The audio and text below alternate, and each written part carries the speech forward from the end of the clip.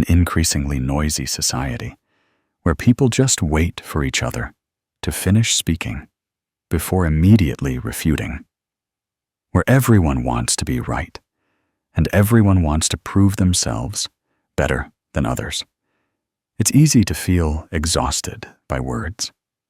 The more mature people become, the less they speak. It's not that they don't know what to say, but because they understand that speaking at the wrong time or in the wrong way is like a knife tearing through the heart of the person opposite them. And then they themselves have to bear the consequences. Of the three karmas, body, speech, and mind, the Buddha taught that speech karma is the easiest to create and also the hardest to avoid. A single word can wound a person, fracture a family, or plunge a soul into despair. Yet, just one word can also redeem a suffering heart, helping someone cross the long night of hopelessness. Thus, words are the most powerful force, creating blessings or sowing karma. Amidst such clamor, those who know how to be silent are often seen as timid. Some think silence means losing, being weak, or not daring to resist. But in reality, a wise person is not one who speaks a lot, but one who knows when to be silent. Silence is not giving up. Silence is not avoidance.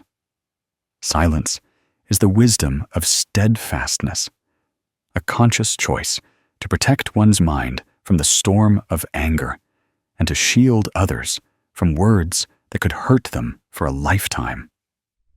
There are arguments that would not have led to rupture if one person had chosen to be silent. There are marriages that would not have ended in tears if one person had known to take a step back. In life, some people regret for many years simply because they couldn't hold their tongue for a few minutes. Others, having hurt loved ones with words, live their whole lives with remorse. Therefore, a truly mature person is not one who speaks every thought or expresses every emotion, but one who knows how to guard their mind, how to remain steadfast in silence. One day, there was a small family. The mother was old, her eyes dim, her hands weak. During dinner, she dropped her bowl, and rice scattered on the floor. Her son frowned and scolded us, "Mother, everything you do is clumsy. Living like this is so tiring." His daughter-in-law, hearing this, added a few harsh words. The mother just bowed her head, not uttering a single word in protest. That evening, she sat alone by the stove, quietly eating her cold meal without complaint or reaction. The grandson saw this, and the next day made a small wooden plate. His father asked, "What are you doing?" The child replied, "So when you're old, Dad, I'll give you a separate plate to eat from, just like Grandma and Grandpa." The father fell silent, but this time it was the silence of remorse. Sometimes it's the silent ones who teach us the deepest lessons. Some words, unspoken, penetrate deeper into the hearts of others than any spoken phrase. Those who love us most sometimes choose silence to protect us from our own impatience. The Buddha taught that if speech does not bring peace, it is best to remain silent like a sage. For speaking at the right time is wisdom. Speaking at the wrong time is speech karma. A wise person does not need to use words to prove their self-worth, for their mind is broad enough to contain both right and wrong without anger.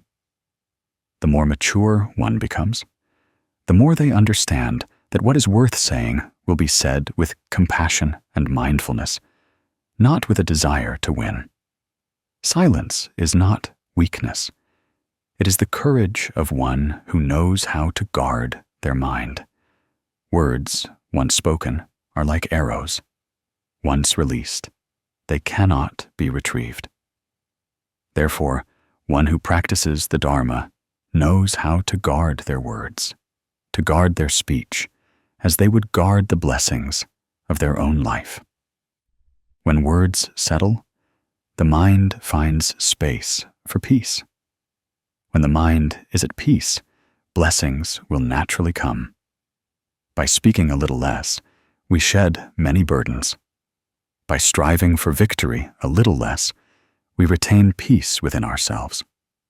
And when we no longer need to speak too much to prove anything, we will hear the deepest sound within ourselves. That is the sound of a calm mind, of enlightened wisdom, of a life as light as a cloud, no longer suffering because of words. Have you ever sat alone and suddenly recalled a conversation from long ago, remembering a phrase you uttered, and suddenly felt your heart heavy?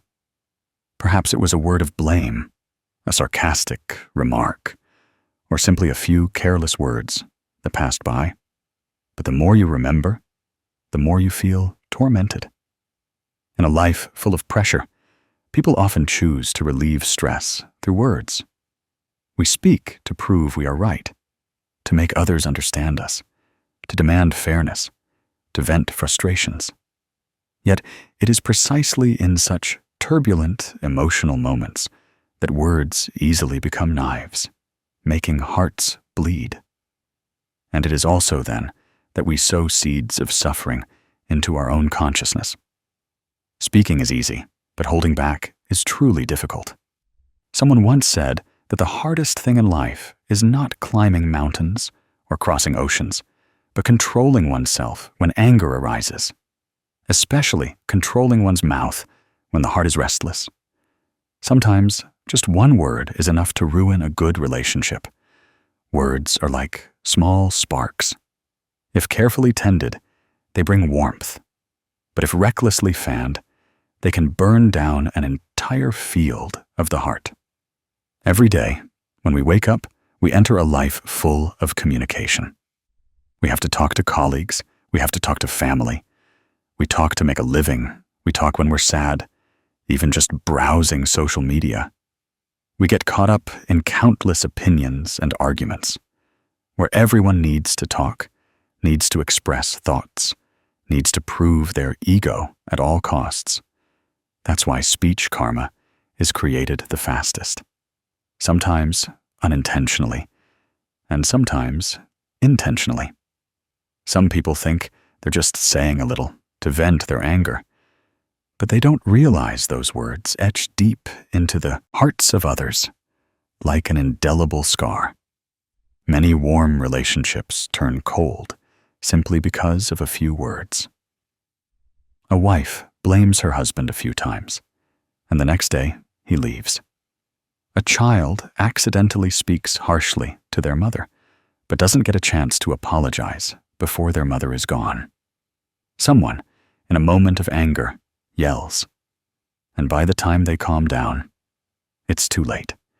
Such stories often appear around us, like a gentle but deeply penetrating reminder that speech is something people must learn throughout life if they hope to maintain peace.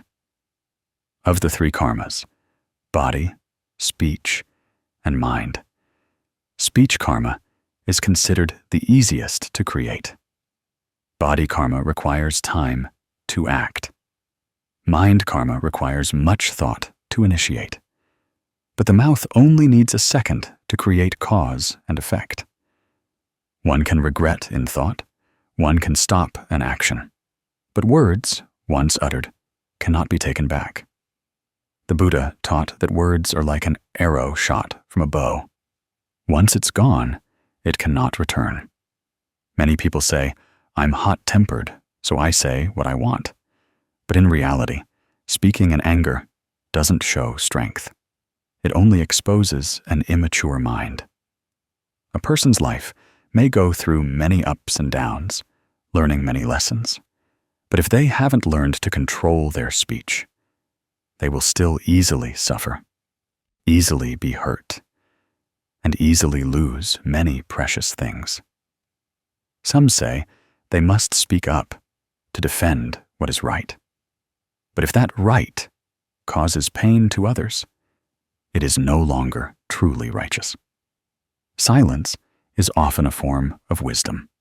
Speaking less is not yielding, and certainly not cowardly, but knowing how to face one's emotions with mindfulness. The channel of responsive Buddhist teachings reminds us. In Buddhism, there's a saying that speaking less reduces karma. When karma is reduced, blessings will arise, because every word carries energy. The energy of love brings us closer. The energy of anger drives us apart forever. Speech creates karma because it is a doorway from the mind. If the mind is at peace, words are gentle. If the mind is agitated, words are harsh. If the mind is angry, words are as dangerous as sharp knives. Someone once confessed, "I find myself scary when I'm angry, because at that moment I can't think of anything but wanting to win that argument. And after each time, I regret it. But I can't get back what I've lost." That's also the nature of speech karma. Once created, not every apology can resolve it. Not every wound can heal, because some wounds lie in the hearts of others, unseen, but when touched, remembered for a lifetime. The story of Nam and Hui will perhaps make us understand better. They were close friends since school, overcoming many difficulties together, sharing many memories.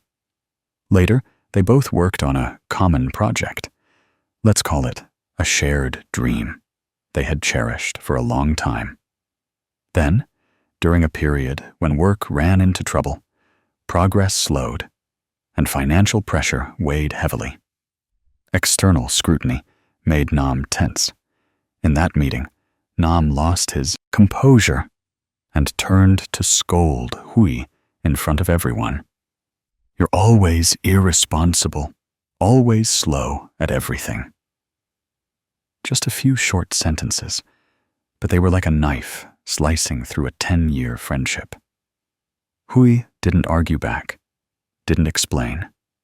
Hui just remained silent. But it wasn't a weak silence. It was the silence of a wounded heart. After that meeting, Hui withdrew from the project. Nam began to feel disheartened, but he thought his friend was just sulking a bit.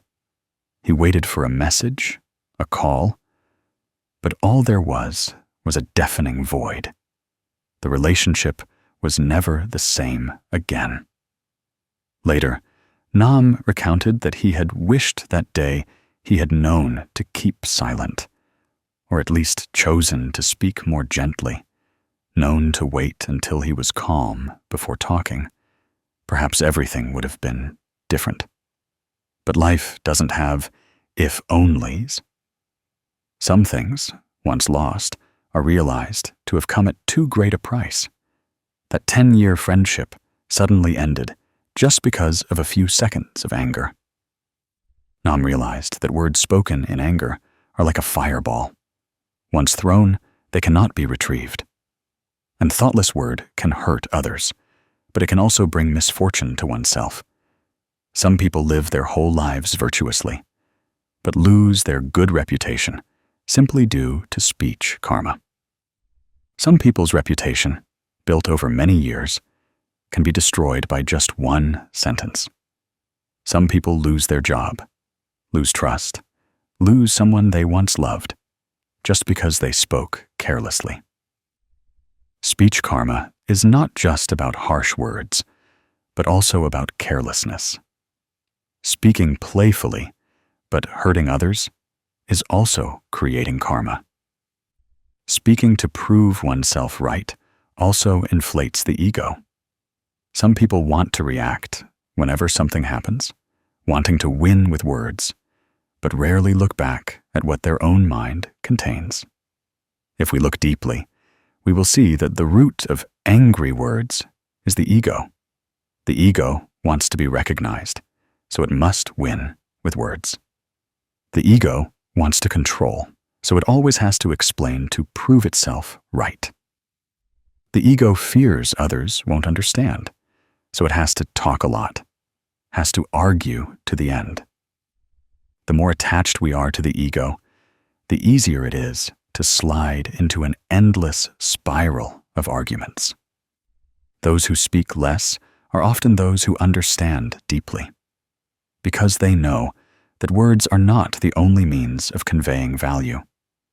Some things can only be felt by listening silently. Some lessons only appear when we choose to be silent and look closely into our own minds.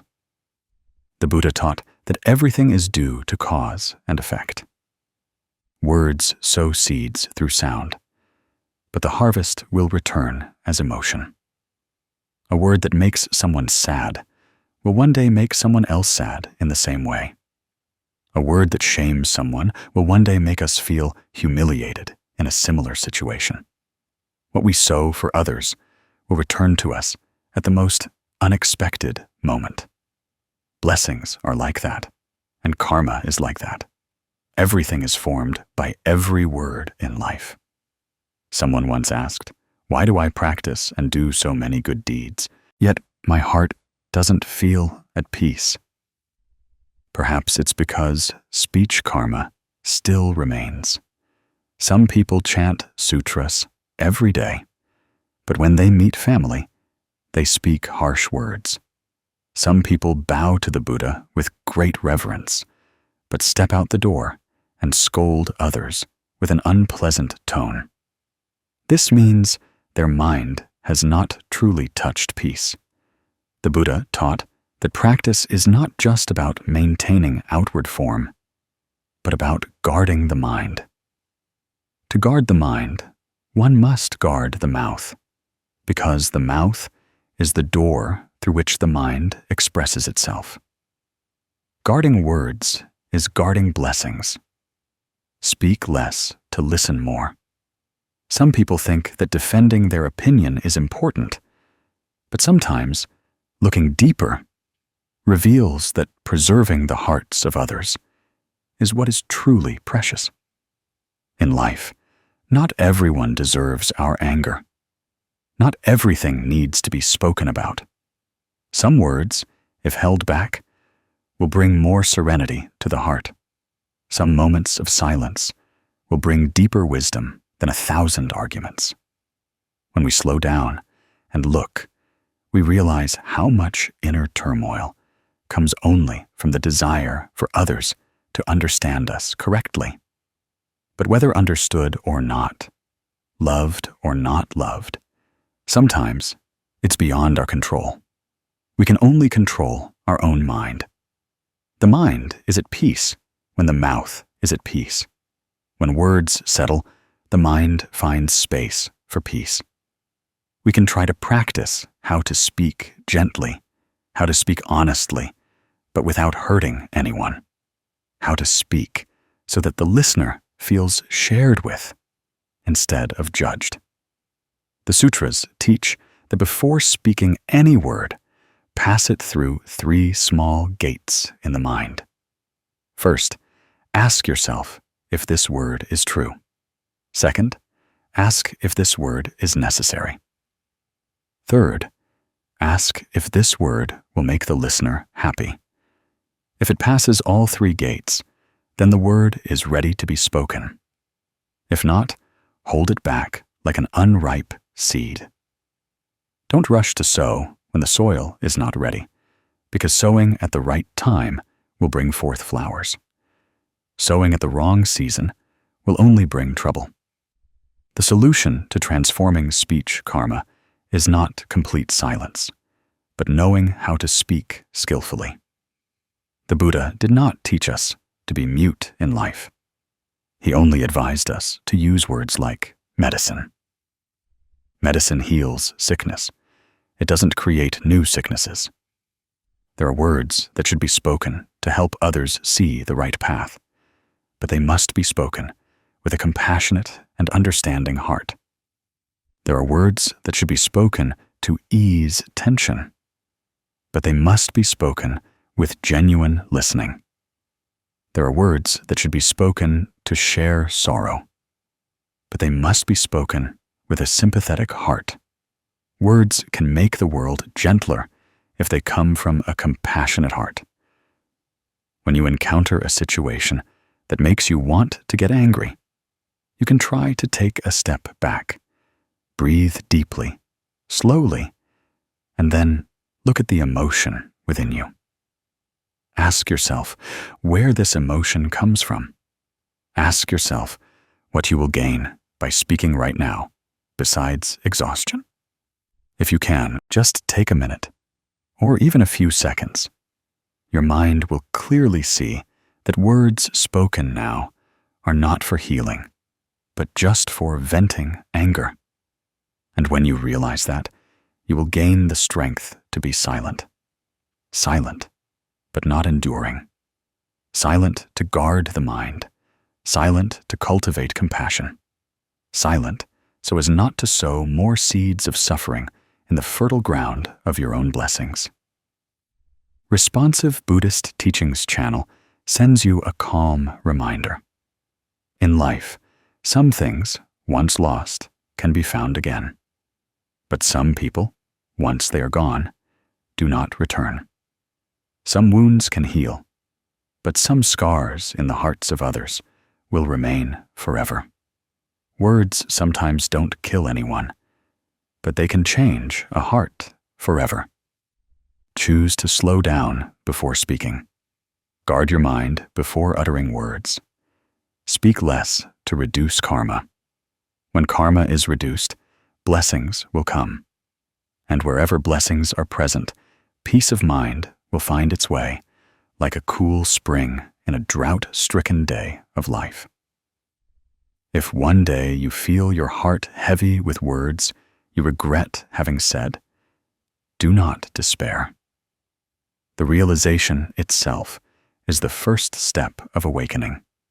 From today, you can start a new path, the path of one who knows how to speak with understanding and love. And that path is the one that leads to a life with less suffering, a heart with less remorse, and a soul open to blessings. Have you ever sat in a conversation and suddenly realized that the more you talk, the more easily you make mistakes, the more you argue, the more tired your heart becomes, the more you try to prove yourself right, the more the other person doesn't want to listen? Then, at some point, you choose silence. Not because you lost, not because you are weak, but because you understand that words no longer bring peace. And if there is no peace, what is the point of speaking? In today's life, the louder people speak, the more easily they get attention. The more people talk, the more easily they are considered knowledgeable. Strong-willed people are often seen as assertive. But according to the spirit of Buddhist teachings, a deep-thinking person is one who knows how to be silent, and a discerning person always chooses to keep their mind like unruffled water. For when the mind is still agitated, wisdom cannot appear. And in the clamor of words, the seeds of anger easily sprout. There are times when you find yourself drawn into conversations in the marketplace, at the office, or within the family, where everyone has their own opinion, and everyone tries to maintain their viewpoint. Everyone wants to protect their ego. Everyone wants to prove their correctness. And precisely in such moments, words are no longer a means to convey understanding, but become a spear used to pierce the self-esteem of others. Then they retaliate in kind. And so a war begins. And the first one hurt is always the one who doesn't know how to guard their speech karma. In Buddhist scriptures, it is taught that if speech does not bring harmony, does not help nourish a compassionate mind, then silence itself is a practice. This practice requires no form, no ritual, just alertness and patience. It is the wisdom of one who observes cause and effect instead of reacting impulsively. Many people think that talking a lot is a sign of strength, assertiveness, or self-expression. But true strength does not lie in how much we can say, but in how much we can control our inner emotions. A wise person is not afraid of being misunderstood, because they know that those who understand them do not need explanation, and those who do not want to understand will find explanations useless. A wise person does not let emotions guide them, because they have learned to see everything through the lens of cause and effect. They know that every reaction sows a seed. Every word uttered becomes a cause in the mind that will bear fruit one day. Therefore, they choose to take a step back, maintaining a quiet space in their mind to observe everything that is happening. That is not passivity, but the strength of self-mastery. For the greatest wisdom lies in the mind's ability to stop itself before a mistake occurs. In a small market, at the bustling corner of the village, amidst the shouts of buyers and sellers, lived an old man named Mr. Tu. Everyone knew him to be a kind man. He sold vegetables every morning, rarely engaging in gossip or arguing with anyone. People often said that Mr. Tu was a man of few words. Few ever heard him complain or speak harshly to anyone. One time, a customer handed him money and didn't notice they had overpaid. Afterward, the person returned, loudly claiming that Mr. Tu had taken the extra money and deliberately not returned it. The entire neighborhood buzzed with chatter. People gossiped. Some criticized. Some believed Mr. Tu was trustworthy, but others suspected him. Amidst the back and forth, Mr. Tu merely smiled. He didn't refute, nor did he offer an explanation. All day long, he continued selling vegetables as usual, without a single word of complaint. Late in the afternoon, the market manager checked the camera footage and discovered that the extra money had been placed by Mr. Tu in a paper box nearby, and he hadn't had a chance to return it because the customer left in a hurry before he could say anything. The customer came to apologize, and everyone was embarrassed by the misunderstanding. But Mr. Tu just smiled gently and said he didn't mind. From that day on, everyone respected him even more. They saw that his silence was not weakness, but a quiet strength that made everyone admire him. The story of Mr. Tu is like a mirror reflecting a truth that not everyone recognizes. Some words bring us closer, but some words push us apart forever. Some misunderstandings are resolved with a smile. Some anger is soothed simply by timely silence. When our heart wants to refute, wants to win, try to stop. Who knows? Maybe just a little calm. We could have avoided an unnecessary karma. Many people regret their entire lives just because they couldn't guard their mouth for a few minutes of anger. A word carelessly spoken, a glance elsewhere, a turning and walking away can sometimes be the end of a relationship. Words can bring blessings, but they can also wound a soul so deeply that it never heals. When we understand this, we will know that guarding our mouth is guarding our mind. When words cease, the mind begins to settle. When the mind settles, wisdom begins to emerge. In Buddhist teachings, It is said that one who practices is not one who avoids life, but one who is mindful in life, mindful in words, in mind, and in every reaction to every circumstance. When someone says something unkind about us, ask ourselves if those words are true. If they are true, we should be grateful for the opportunity to correct ourselves. If they are not true, we have even less reason to be angry. For according to cause and effect, one who sows wrong causes will naturally reap wrong effects. But if we keep our mind pure, blessings will come our way. Having seen cause and effect so clearly, what is there left to argue about?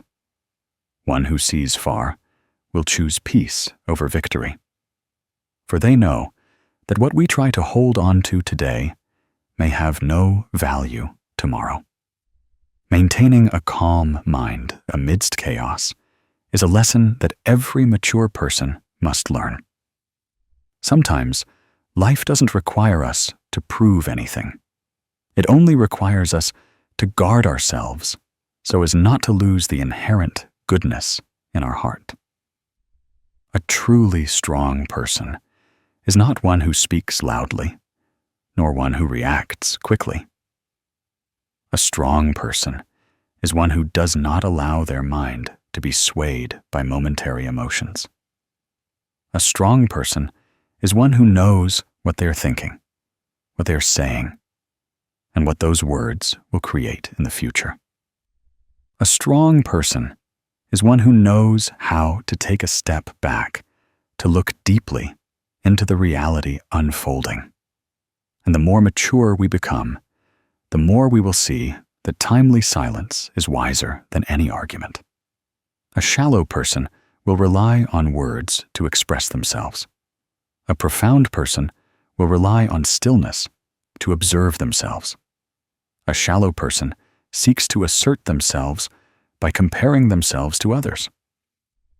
A profound person understands that everyone has their own unique karma. No one is the same on life's journey through cause and effect. The shallow use words as weapons. The wise use patience as armor. And a truly enlightened person uses compassion as a stream to cool all anger in the heart of the other person. If one day you find yourself caught in an argument, try to stop and take a deep breath. Ask yourself, if I say one more sentence, will my heart feel lighter or much heavier? Silence is not always the easy choice, but it is always the wise choice when the mind is not steady. Sometimes, keeping silent is saving yourself and those around you from an unnecessary breakdown. Speaking a little less is reducing karma. When karma is reduced, blessings will gradually arise. When the mind knows how to guard its words, it will also know how to guard itself. And when the mind can maintain peace, life will unfold better than we imagine. Blessings do not fall from the sky. Blessings are the result of moments of patience, knowing when to step back, knowing when to be silent when words could hurt others. Every day we become a little more silent. Our mind grows a little more. Every time we hold back a little, blessings come a little closer. Maybe we don't see it now, but if we keep our mind pure, knowing to aim for good, sooner or later, life will return to us what we deserve.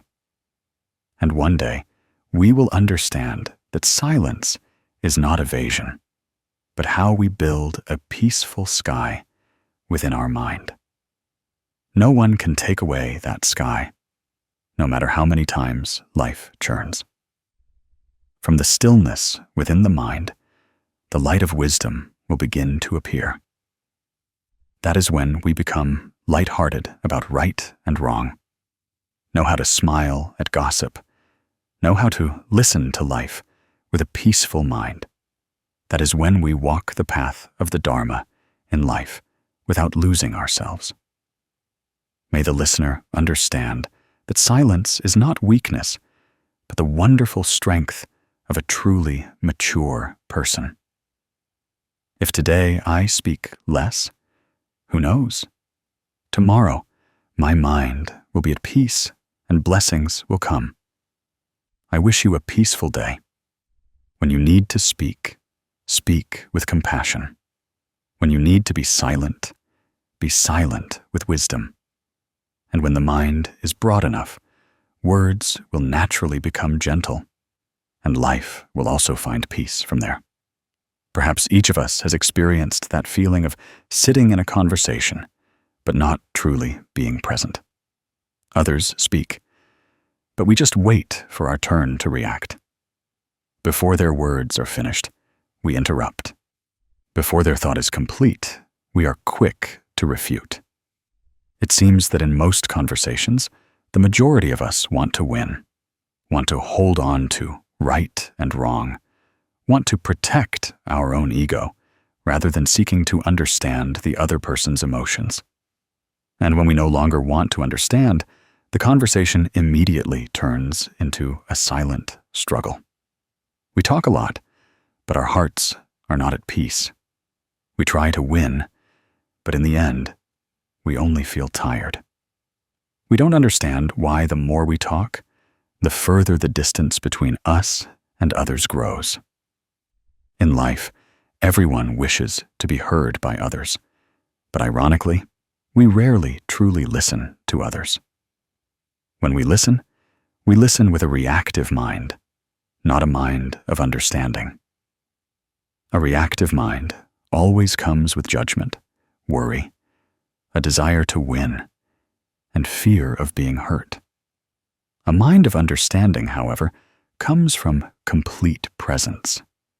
We are present not only by hearing words with our ears, but by perceiving with our hearts. When listening with the heart, words are no longer the objective. Instead, we can touch the hidden sorrow of the person opposite us. One who carries a burden is like a leaf in the rainy season. Just a gentle gust of wind is enough to make them tremble. If we do not listen gently, they will close their heart like a door that no longer wants to open. And so, we lose the opportunity to build a compassionate connection between people. According to the spirit of Buddhist teachings, listening is a practice. Listening is the practice of mindfulness. When we listen to others without judgment in our minds, without reacting, without waiting for them to finish speaking so we can refute, that is when our mind is abiding in the present moment. Because to truly listen, we must let go of the ego that is trying to prove us right. We must let go of the thought of wanting to win. We must let go of the desire to control others according to our own way of thinking. Just listen. Don't interrupt. Don't impose. Listen to feel. Listen to understand. Listen to see that the person in front of us is also suffering. And that is why they are like that. An angry person is also a hurting person. A talkative person is also a lonely person. If we can hear that pain, we won't need any words of opposition. We will only want to offer a hand instead of raising a barrier of self-importance.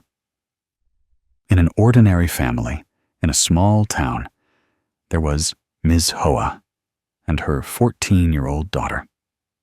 Lately, the girl had often been irritable and quick-tempered. Whenever Ms. Hoa offered advice, the girl would respond disagreeably. At such times, Ms. Hoa often thought her daughter was becoming disrespectful and disobedient, so she would immediately scold her. As soon as the words of reproach were uttered, the girl's tears would well up. In a moment of extreme tension, the girl suddenly burst into tears, saying, "Mom, you've never listened to me finish a sentence." Ms. Hoa froze. Those words echoed like a bell in her mind. She suddenly realized that perhaps her daughter needed to be understood, not judged. She truly felt that all this time she had only listened with her ears, never with her heart. She didn't argue anymore, didn't react, but gently said, "Go ahead and speak." For the first time, she let her daughter express everything in her heart.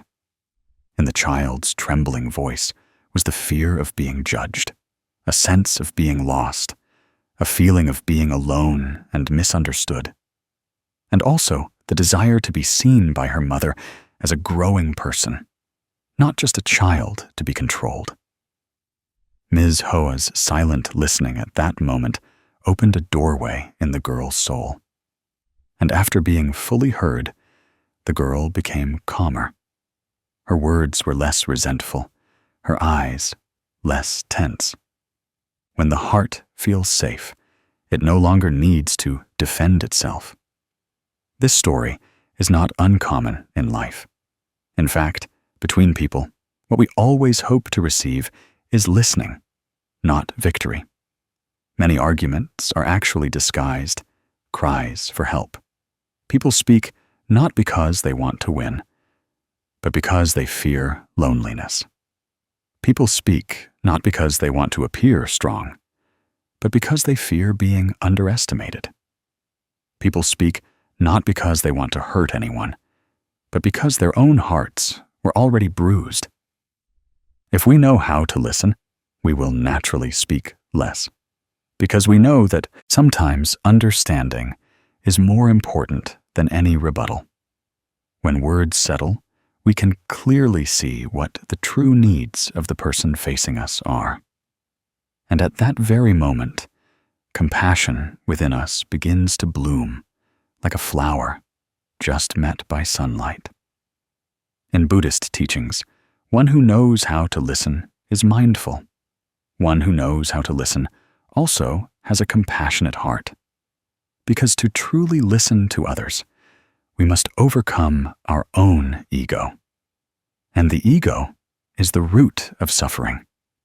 The ego makes us want to win, want to prove ourselves right, want to say things that make others bow their heads. But the bigger the ego, the more the heart suffers. When our mind is steady and calm, we listen to understand, listen to share, and listen to make others feel loved. At that point, our words will be as light as clouds, as warm as the sun, and as healing as a spring bed. Those are words arising from a peaceful mind. Those who hear them will not feel attacked, but will feel supported. Conversely, when we listen with a reactive mind, we will only wait for the other person to make a mistake to counterattack. Listening to respond, listening to retaliate, listening to defend. In that state of mind, all words become weapons. Words are wind, but can turn into knives. Words have no form, but can hurt people, like external wounds. And many people are haunted by those words their whole lives. Therefore, a wise person learns to listen with peace, without rushing to react. They observe, they understand, and they only speak when it is truly necessary to speak, listening to understand, not listening to react. This is a lesson that helps heal many wounds in people's hearts without needing any condemnation. When Ms. Hoa began practicing listening, her family life changed in a very gentle way. No longer were there scenes of "Mom says, shut up," and then the child closes their bedroom door to cry alone. No longer was there tension when they were in the same space. Instead, there were evenings when mother and daughter sat, drank water, and confided in each other. When the girl felt her mother was truly listening, she began to trust and open up. Her teenage psyche gradually stabilized, and the change didn't come from heavy lectures. The change came from the safe space of listening. Listening is a healing gift, while winning only deepens wounds. It's the same in each of our lives.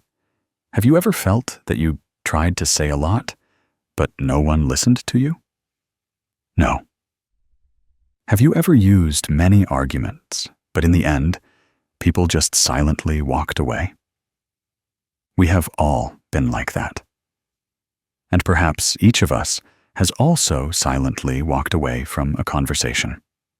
Because when we are no longer listened to, our presence feels lost. Conversely, when we feel understood, we don't need to say too much. A truly listened to person will be less angry, less worried, and their heart will become much softer. One who knows how to listen is walking the path of understanding and love. When we know how to listen with a compassionate mind, we are sowing a good seed. That seed will then bear fruit as blessings in life. For one who listens to others is one who has broadened their heart. The wider the heart, the smaller the suffering. The more receptive the heart, the more blessings flow in. Sometimes, simply by listening to someone with kindness, you have helped them stop negative thoughts in their mind. In a world full of pressure, listening is the most precious gift you can give to others without losing anything yourself. And the good news is that this gift not only brings happiness to others, but also nurtures peace within yourself. Listen to understand once, and you will speak less once. Listen with a full heart, and you will not need to strive for victory with lips always wanting to refute. Listen with compassion, and you will see that every word you speak becomes a good seed in the fertile ground of your mind and life. Speak less to listen more, judge less to empathize more, want to win less to learn how to love. If today you are suffering because someone won't listen to you, try to ask yourself, have you ever listened to that person with an open heart? If today you feel lonely, perhaps you should also ask if anyone has ever felt lonely talking to you. An honest question sometimes opens a path to peace in the heart more than any comforting words. When we listen deeply enough, we will see that suffering is not to be fought against, but to be understood, to be empathized with, and to learn to love each other more. When listening, you not only help others heal, you are also healing yourself. It is a silent but miraculous journey. And perhaps that is also how we can speak less to suffer less in life. Our mind will be at peace, and blessings will come. I wish you peace. I wish you to know how to listen to understand. And I wish you to feel that sometimes timely silence is more powerful than any loud words in life. Have you noticed how many sentences you speak each day? How many times you interrupt? How many times you want to explain? How many times you try to prove that you are more right than others? Few of us ever stop to reflect on the words we utter. But strangely, it is precisely those things that come out of our mouths that lead people through countless sufferings. Today, let's try to look deep into our minds for a moment. Try to sit still and see why words affect our peace so much.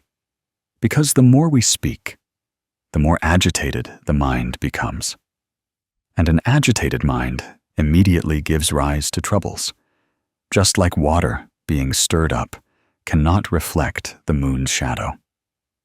Therefore, to have a peaceful mind, one must first learn to guard one's words, practice speaking a little less, and the mind will become much lighter. In this busy life, some people still think that talking a lot is a sign of knowledge, a way for others to listen and respect them. But in reality, the more we talk, the easier it is to fall into irritability, the more we like to intrude into other people's conversations. We are more easily swayed by emotions. As soon as a little self-importance arises in the mind, the mouth immediately wants to react. The mind thinks, "Why don't they understand me?" and immediately speaks to clarify. The mind is annoyed. "How dare they say that about me?" and immediately wants to win. And so, trouble begins. The mind falters. Words become a strong wind that blows life's boat off course. Sometimes, just one word uttered can make a person lose their reputation, affection, relationships, opportunities, and even their inner peace. Just try to recall, every day we hear arguments somewhere in our daily lives, in family meetings, in office conversations, in the market, on the street, even in our own homes. Why do people talk so much, yet their hearts aren't truly happy? Because every time we talk a lot, our mind raises a clamor. The more clamor, the harder it is to be at peace. The harder it is to be at peace, the heavier life feels. The ancients had a saying, "A word spoken, 4 horses cannot catch it." Once words leave the mouth, even if we regret them, they cannot be taken back. It's like an arrow that has been shot. Once it has hit someone's heart, even an apology will take time to heal the wound. Therefore, silence is not weakness, but a practice of self-restraint, guarding the mind in deep stillness so as not to utter words that will make us pay a price. According to the spirit of Buddhist teachings, speech karma is one of the 3 karmas that shape each person's life. Body karma comes from actions, mind karma from thoughts, and speech karma from words. Of these 3, speech karma is perhaps the easiest to create, because it happens quickly, too quickly for the mind to even notice. Sometimes, we don't even know we're angry. But the angry words have already been uttered. We haven't even realized our self-importance, but the argument has already begun. Speech karma is like a small flame. Just a gentle gust of wind can ignite it into a large fire, burning down the good things we have built before. Whoever knows how to guard their words guards their mind. When the mind is at peace, life is at peace. When the mind is chaotic, everything is chaotic. Some people say that silence makes them feel weak, afraid that others will think they have no arguments, afraid of losing face, afraid of being judged. It is because of this fear that people try to talk a lot, talk forcefully, talk so that no one dares to look down on them. But in reality, when you talk a lot to prove yourself, you are empowering others to control your mind. Just one disagreeable word, and we immediately react. Just a small misunderstanding, and we immediately get angry. In this way, we are living by instinct rather than wisdom. But those who practice, who are mindful, hold every word back on their tongue with awareness. Restraining the mouth is self-control. Wisdom is not in speaking a lot, but in knowing when to be silent. In the sutras, the Buddha taught that words are like sweet honey, but easily sticky. Those who practice the Buddha's teachings must consider each word to see if it is wholesome or unwholesome, and whether its fruit will be peace or suffering. If one knows how to guard their mouth, body and mind will reduce karma. And when karma is reduced, blessings will come. Each time we hold back an angry word in our mouth is a time a blessing is sown. Each time we refrain from an argument is a step further on the spiritual path. Holding back is not weakness, but because we understand that peace is not won by arguing, but by inner self-control. There is a small story that contains a very important lesson about the value of silence. It is the story of Uncle Bay and a special family meeting. Uncle Bay's family was large and often had to meet to discuss common matters. But every time they met, it would devolve into heated arguments. Everyone tried to express their opinion and hoped others would listen to them. The meetings would only be peaceful for the first few minutes, then turn into a war of words. Everyone was tired. Everyone was annoyed. Uncle Bay was a straightforward person, believing that talking a lot would help others understand the issue, that thorough analysis would lead to common ground. But the more he talked, the more intense the arguments became.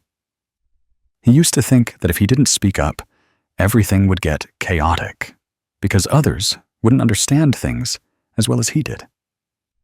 Then one day, in the middle of a family meeting, which was starting to get tense as usual, Uncle Bay suddenly felt tired. He thought he'd try being silent. From beginning to end of that meeting, he just sat and listened, not interrupting, not analyzing, not arguing. Surprisingly, that meeting was the most peaceful one ever.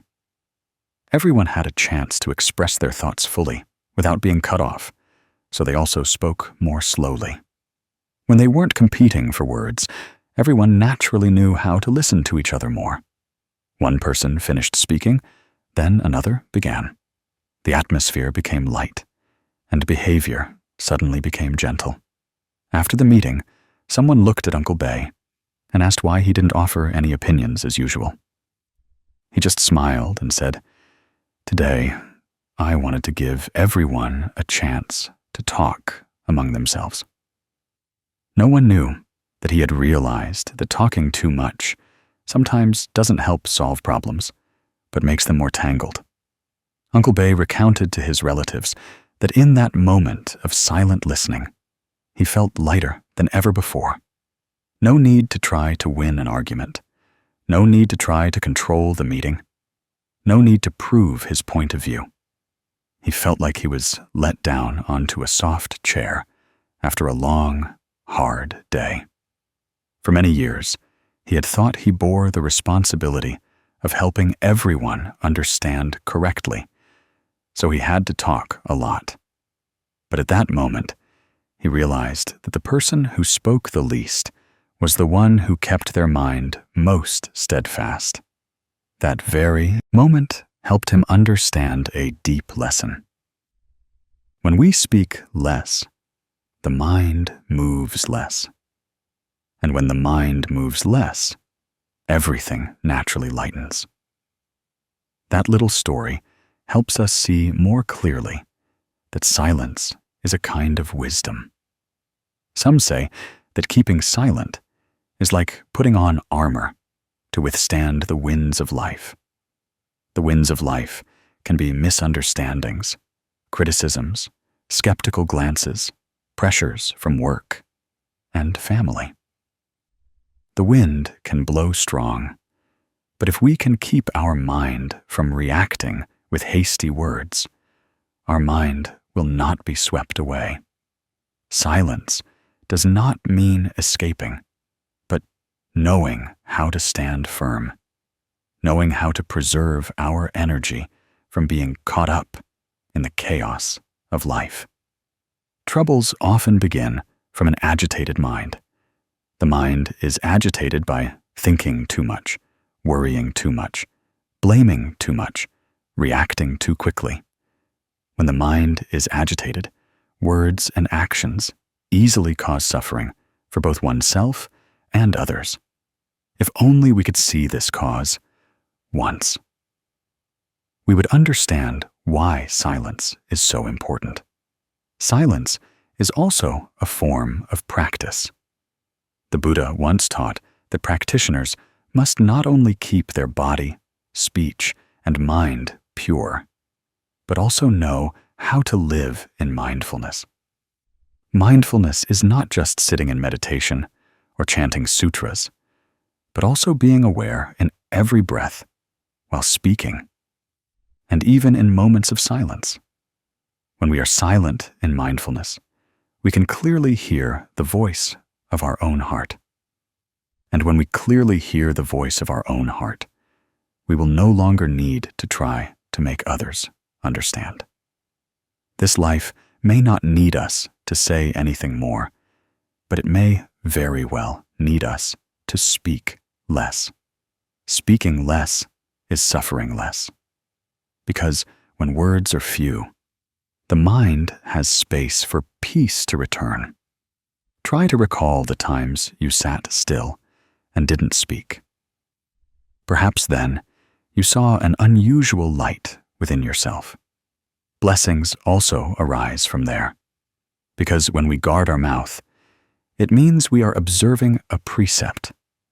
When we observe a precept, we are protecting our mind from the winds of life.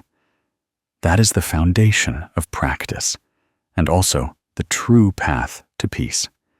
So if one day you feel utterly exhausted, don't try to explain anymore. If you see others angry, don't rush to respond. If you feel an urge to react, try taking a deep breath. Perhaps the person speaking to you is suffering greatly and doesn't know any other way to express it. Perhaps your own mind is stirring, wanting to win. But if you can just stop for 7 seconds, you won't say things you'll regret later. At that moment, silence is happiness. Silence is wisdom.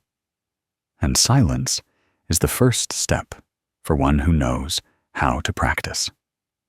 The Responsive Buddhist Teachings channel just wants to send you a very slow and gentle reminder.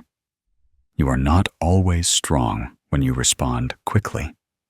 Sometimes, just by being silent, you have won over yourself. A silent victory, but it is the greatest victory in a person's life. Speak a little less.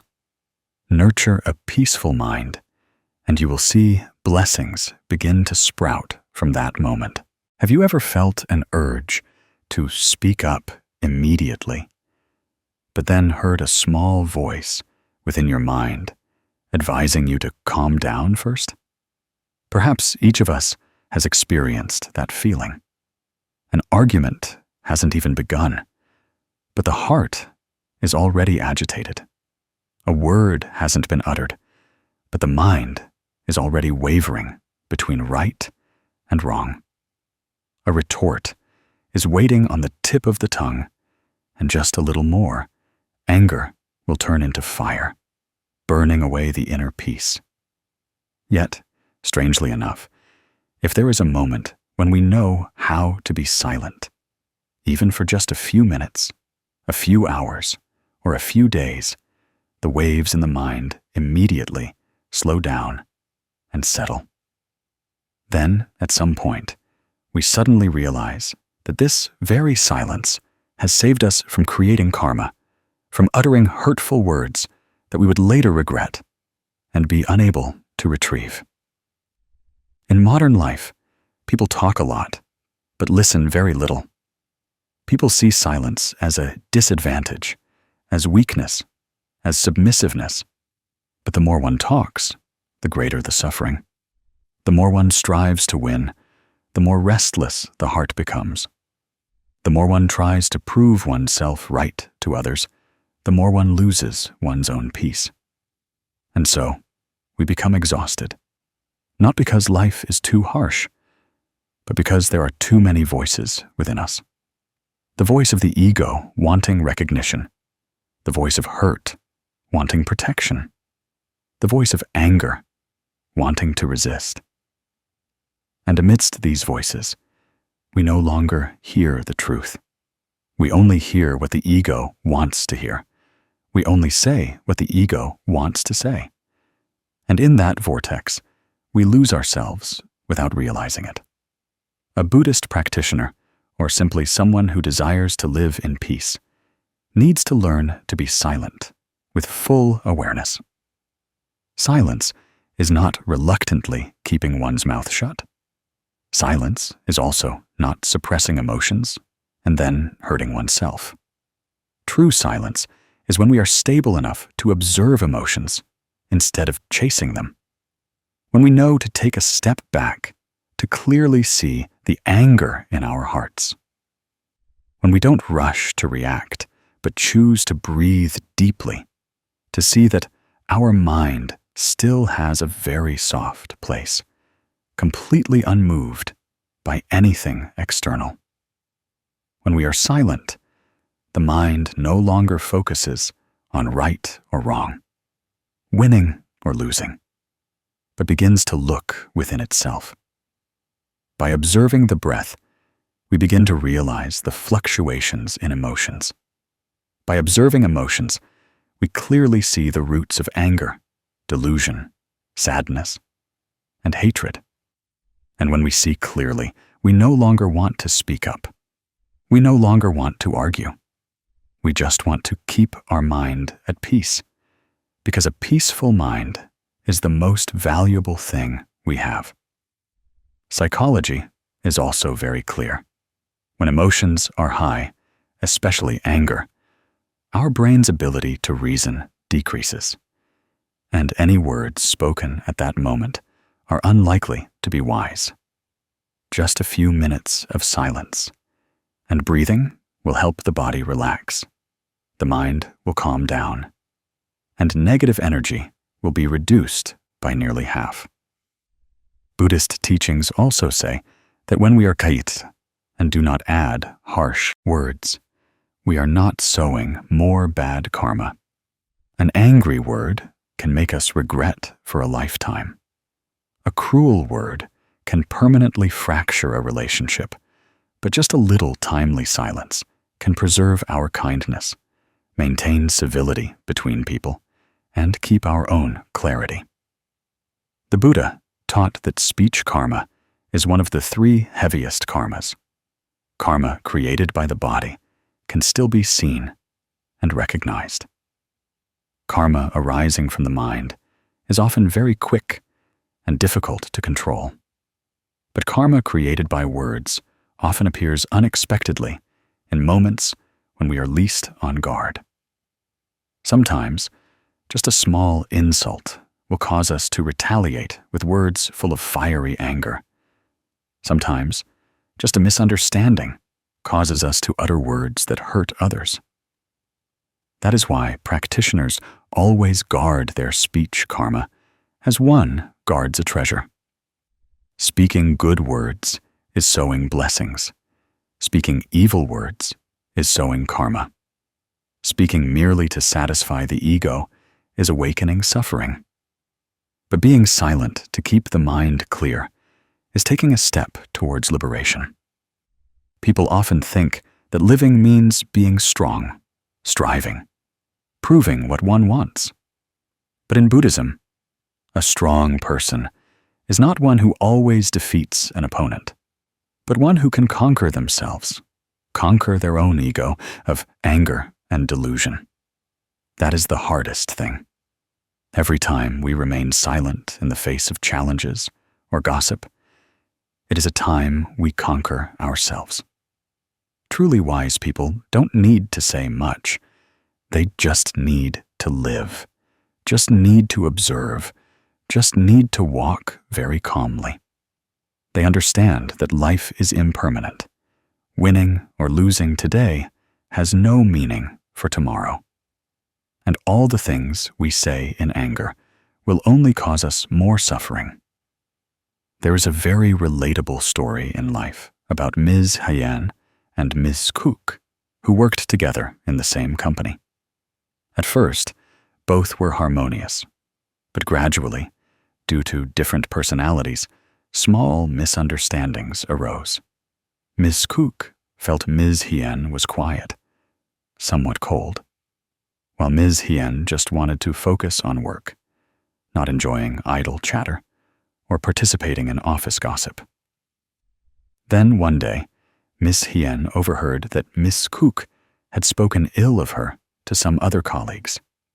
The story she heard was that Miss Cook claimed Ms. Hien was arrogant, looked down on everyone, always worked alone, and wasn't sociable. At that moment, Ms. Hien felt very uneasy. A wave of anger surged, making her want to retort immediately. She thought she could explain. She could refute. She could clarify, because she had no ill intentions. But then, right at that moment, she paused. She asked herself why she had to speak up right now. Was she sure she understood everything clearly? And if she spoke while angry, would those words be wise or just make things worse? She chose silence, not because she was afraid, but because she wanted to observe herself first. For the next few days, she didn't actively approach Ms. Cook, but she maintained a normal demeanor, not avoiding her, not showing any discomfort. She simply remained silent and breathed steadily whenever negative emotions arose. In the evening, she would sit still for a while, observing the feelings swirling within her heart. She realized that the hurt didn't just come from others' words, but also from her own sensitivity. She saw that a part of her mind wanted to be recognized, wanted to be understood, and longed for others to treat her more gently. But at the same time, she also saw that if she got angry and reacted immediately, she would be nurturing that ego, letting it drag her into suffering. And then something unexpected happened. About a week later, Ms. Cook herself sought out Miss Hien to apologize. Ms. Cook said she had probably misunderstood. From afar, seeing Miss Hien's quiet nature, I thought she was cold, but I didn't realize she just wanted to work peacefully. Seeing that she didn't react, didn't say anything, Ms. Cook had time to reconsider and realized she had misjudged. So, just a gentle apology was enough to resolve all misunderstandings. Ms. Hien then just smiled and thanked her, without reproach, without recounting details, without condemnation. Because in her heart, she was already at peace. The anger had passed, the resentment had settled, the ego had softened. And she understood that silence was not for enduring, but for keeping the mind from creating new karma. When we don't speak in anger, we have already blocked half of the bad karma. After that incident, Miss Hien deeply grasped the Buddha's teaching. One who conquers oneself is the greatest conqueror. She realized that silence is not losing one's voice, but finding one's true inner voice. When we don't rush to react, we hear what our heart truly wants to say. Sometimes that heart simply wants peace.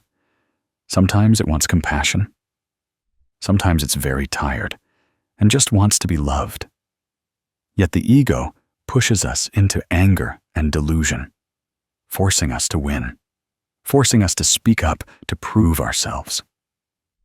Silence is how we stop letting the ego lead us. Silence helps us see the mind clearly. Guarding the mind helps us guard blessings.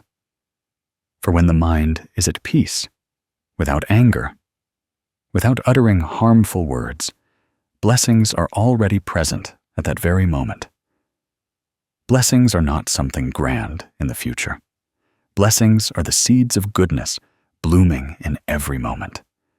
We know how to be calm, how to love, how to listen to ourselves.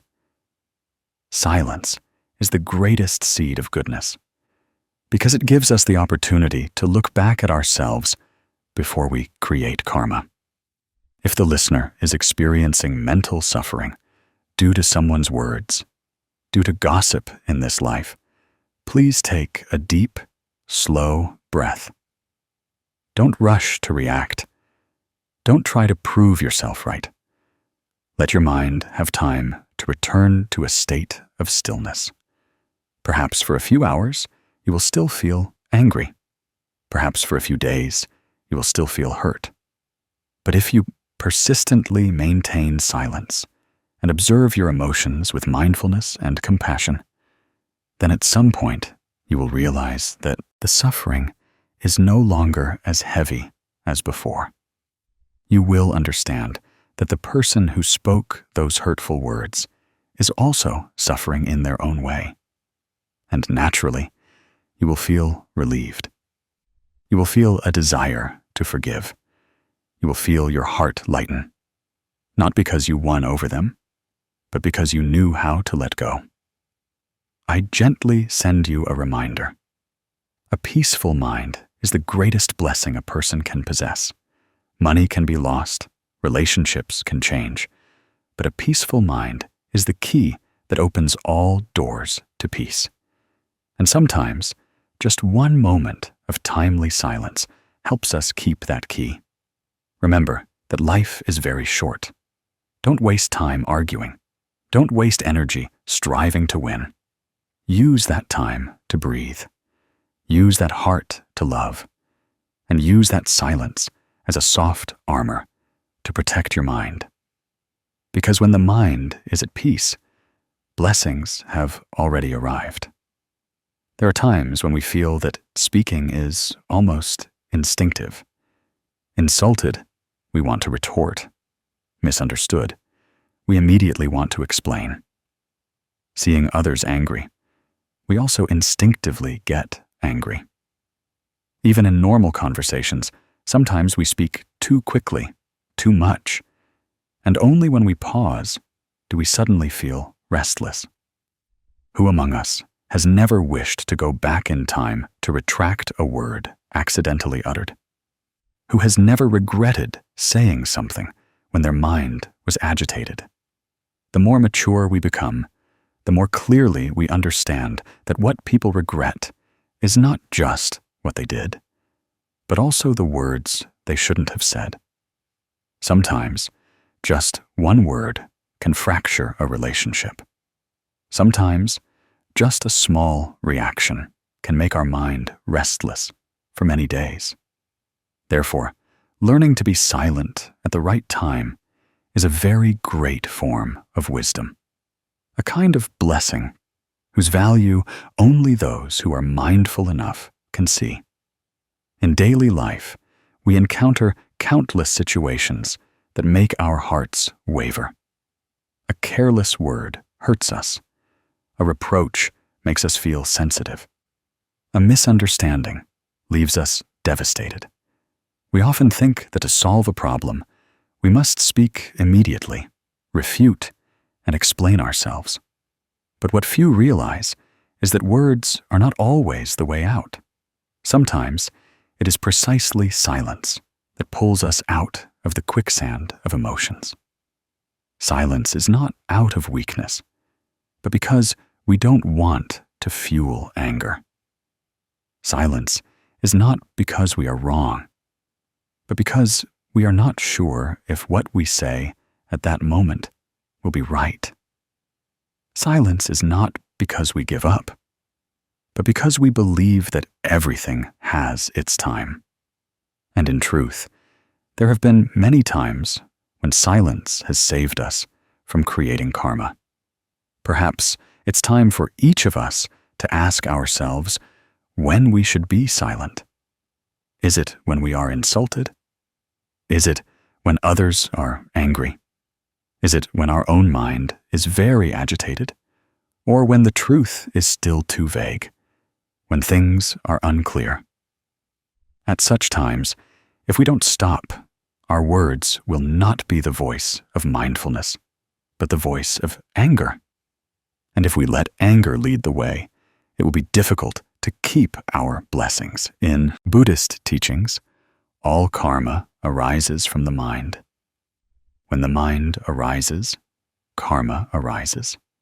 When the mind ceases, karma also ceases. When we are not sure that we are in a state of clarity, silence is the best way to avoid sowing more bad seeds. Others may misunderstand us, but But as long as we maintain a calm mind, cause and effect will speak justly for us. People often fear being judged wrongly, but few understand that true justice lies not in worldly tongues, but in the law of cause and effect. Sometimes we talk ourselves hoarse, and no one believes us. Sometimes we remain silent for a few days, and then the truth naturally reveals itself. The Buddha taught that when anger flares up, a truly intelligent person is not one who is skilled in argument, but one who can stop. Every time the mind arises with the intention to refute, we should practice observing our emotions instead of forcing ourselves to speak up. Observing emotions is a way of turning inward to find the natural peace that already exists. When we realize that anger wants to control us, we have seen its true nature. And when we clearly see its true nature, we will no longer let it control us. A word held back is a wholesome word, is not just a common moral reminder, but a very profound spiritual wisdom. It teaches us that a moment of patience can save a lifetime of peace. There is a true story I want to recount, like a small lamp illuminating us when we are lost in our own emotions. It is the story of Mr. Long, an ordinary office worker, like many others. In an important meeting, he was unjustly scolded by his boss, who thought he had made a mistake in a report. In front of many colleagues, he was severely reprimanded, making everyone think he had committed a serious error. His heart burned with anger. In his mind, a series of rebuttals wanted to burst out. He wanted to explain, to clarify, to prove that he was not wrong at all. But in that moment, he suddenly remembered his mother's advice, which she had often repeated since his childhood. When you're angry, the more you talk, the worse things get. He took a deep breath, and surpassing all the surging emotions, he chose silence. That moment was not easy. It was not resignation, but a great act of courage with himself. He knew that if he spoke then, his words would carry the fire of anger, and anger always burns down all kindness. He was silent, not because he was wrong, but because he was not sure he was thinking clearly, and he wanted to maintain his composure. In front of everyone, he only said that he would recheck the report very carefully and accepted feedback from his boss. A few days later, when the technical department rechecked the system, they discovered that the error was not in his report, but stemmed from a glitch in the internal data. Upon learning this, Mr. Long's boss personally met him and apologized. The boss said that day he had been too quick to anger and had wrongly accused him. Mr. Long just smiled gently and replied, "I understand, because everyone gets stressed sometimes, and I won't hold a grudge over one wrongful accusation." Perhaps that very silence preserved his respect. Perhaps, thanks to that silence, his self-esteem was not wounded. And perhaps, thanks to that silence, he did not create any further karma of offensive words or negative reactions. After that story, Mr. Long sat silently on a windy afternoon. He suddenly understood something. Sometimes, silence is the greatest protection for oneself. Speaking up is not always strength, but sometimes accepting silence is true strength. When we hear that story, we might see ourselves in it. There are moments when our hearts also want to lash out. We want to shout loudly that we are not wrong. We once wanted to resist to save our own pride. But if we had spoken that day, would the situation have been resolved Or would it have gotten worse? If we had been silent that day, would the other person have realized they were hasty? If these questions are answered with deep contemplation, we will see that timely silence is mindfulness arising within us. Just as the Buddha taught, when the mind is agitated, do not act. When the mind is not clear, do not say anything. When the mind is not gentle, breathe first. Buddhist teachings don't teach us to be silent out of fear, but to be silent to uphold precepts. Here, precept means guarding speech karma. Speech karma is created very quickly and also causes the most harm. People may forget what we do, but it's very hard for them to forget what we say. Words, once uttered, cannot be taken back. So guarding our words is guarding our blessings. Many people ruin a long-lasting relationship over a minute of anger. Many others carry lifelong regret because of harsh words. In anger, if we speak, we help anger spread. But if we are silent, we stop a part of bad karma right when it arises in the mind. One who lives with mindfulness will realize that there are times when words cannot help us, and it is precisely silence that is the true medicine. When others are angry, all advice becomes meaningless, because the door of their mind is closed. When we are not sure we are right, words easily become a wind that blows away the truth. When our mind is agitated, words will often just be an emotional reaction, not mindfulness. When things are unclear, talking a lot won't find the truth either. Some questions need time to answer themselves. If you are going through a period where words become a burden, know that you are not alone. On this path, many people are also learning to be silent. Many people are also learning to breathe, and many people are also learning to turn inward.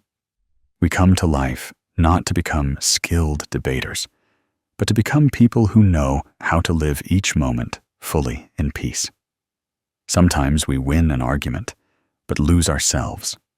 Sometimes we win the point, but lose our sense of peace. So, does that win or loss still have meaning?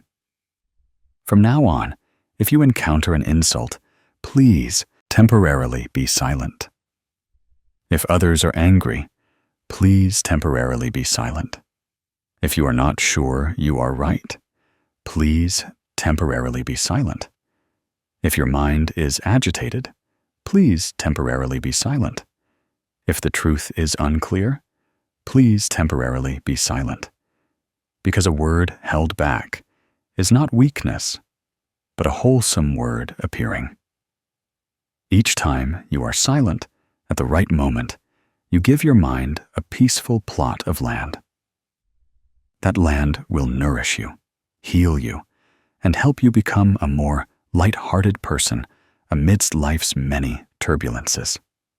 When we know how to be silent at the right time, it's also when we know how to love ourselves deeply. Silence is not avoidance or indifference, but knowing when to step back to see more clearly. Knowing when to stop to feel the true voice from our heart, and knowing that inner peace is the most precious thing. There will come a day when you understand that what needs to be protected most is not your ego, but the peace of your inner self. Because when the mind is at peace, everything else will become lighter. Sometimes silence is golden, but there are also times when just one timely word can save a person's entire life. The ancients often said, words spoken are like water spilled. They cannot be taken back, cannot be corrected. Therefore, speaking less is wisdom. Knowing how to be silent is practice. But knowing when to speak is truly having inner strength, having self-compassion. A person who practices is not one who says nothing, but one who knows how to speak when necessary. How to speak just enough, and most importantly, how to speak so that one's words touch someone's heart without hurting them. Speak to help others, not to prove oneself right. Speak to spread goodness, not to push others into suffering.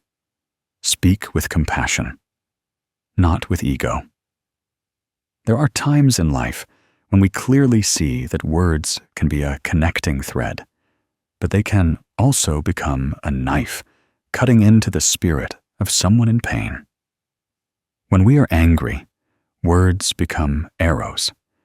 When we are deluded, words become fire. When we cling to the ego, words transform into an invisible weapon, making the person opposite feel attacked. But when our mind is at peace, words become a cool stream, helping the other person feel lighter. We often speak a lot when our mind is restless, but rarely choose to be silent to observe what energy the words we are about to speak carry. Because we don't stop, suffering continues to follow suffering. Speaking without knowing what we are saying, speaking without feeling if our words are creating karma, that is the cause of our added suffering. One who does not practice speaks to vent emotions. One who practices is silent to transform emotions first, then speaks. We don't necessarily have to be silent all our lives. There are times when we need to speak to uphold what is right. There are times when we need to speak to uplift a soul. There are times when we need to speak to save a person in despair. There are times when we need to speak to illuminate a path. There are times when we need to speak to help others recognize their own worth. At those times, words are no longer speech karma, but become a means to save lives. In life, everyone faces challenges. Some endure silently.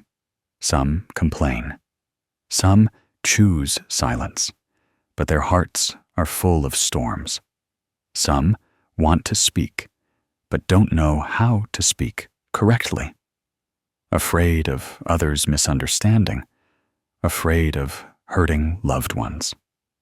So, silence in suffering is not always good. We must learn to observe our mind. When the mind is still angry, we should be silent. When the mind is still clinging, we should be silent. But when the mind has settled, when the heart is at peace, when we know clearly that what we say will benefit others, then it is time to speak. The Buddha taught 5 principles of right speech. Speak truthfully. Speak gently. Speak words that bring peace. Speak at the right time. And speak with a kind heart. These 5 principles are like 5 guiding lamps when we are unsure whether to speak or remain silent. People often talk a lot, but rarely speak rightly. We speak to win. We speak to protect our ego. We speak to make others think we are intelligent. But such words only widen the gap between us and others. Happiness does not come naturally, nor do blessings. Words are the cause that creates karma, and karma will bear fruit. So speaking wrongly leads to suffering, but speaking rightly, speaking with a kind heart, speaking at the right time, can sometimes save a person's life. There was a teacher named Min. She wasn't famous. Nothing about her made people particularly notice her, but she had a truly warm heart. Ms. Min taught at a small village school. with more poor students than elsewhere. One day, she saw a girl named Thao sitting in a corner of the schoolyard, her face gaunt, her eyes red-rimmed. Thao was only 15, but her shoulders seemed to carry the weariness of an adult's life. Ms. Min approached and asked how she was, but Thao just bowed her head. Ms. Min patiently sat there for a long time, and finally, Thao spoke softly, her voice trembling with tears. "I'm going to quit school, to work as a laborer. My family is too poor. My mother is sick. My father left. My older brother works far away, but doesn't send money home. I'm the youngest, and I feel useless, so I want to quit school.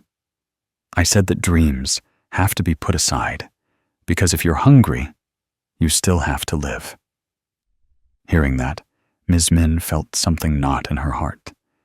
If she had remained silent then, Thao might have actually dropped out of school. If she had spoken hastily then, Thao might have felt judged. But she didn't remain silent. She chose to speak. And she spoke with her whole heart. She didn't scold. She didn't blame. She didn't lecture with theories. She just said one gentle sentence. "If you quit school today, you'll suffer your whole life. I believe you are stronger than the fear in front of you." The simple words, yet they were like a cool stream pouring into Thao's soul at that moment. It wasn't a moral lesson, but a wake-up call to the strength slumbering in the heart of a young girl. The words weren't many. The attitude wasn't stern, but the speaker's heart lifted the listener's heart. Thao sat silently, and after a long time, looked up at her teacher. After that, she didn't quit school. 10 years later, she became successful. On her visit back to the school, Thao tearfully recalled the words from that year. Thao said, if Miss Min had been silent then, perhaps her life would have taken a different path. So sometimes, a timely word can guide a soul through a storm. Sometimes, just a gentle word can bring a lifetime of peace. We can clearly see that silence, or speaking up, is not the issue. The main thing is where our mind is. If we speak to save someone, to help someone, to sow a good seed, then those are words worth speaking. If we speak to win, to prove, to vent angry emotions, then silence is precious. Practice sitting still, listening to your breath. Practice looking into your heart when you want to speak. Ask if these words come from a kind heart or from ego. Ask if what you are about to say will make the other person happier. If the answer is unclear, then be silent. If the answer is yes, then speak, but speak with peace.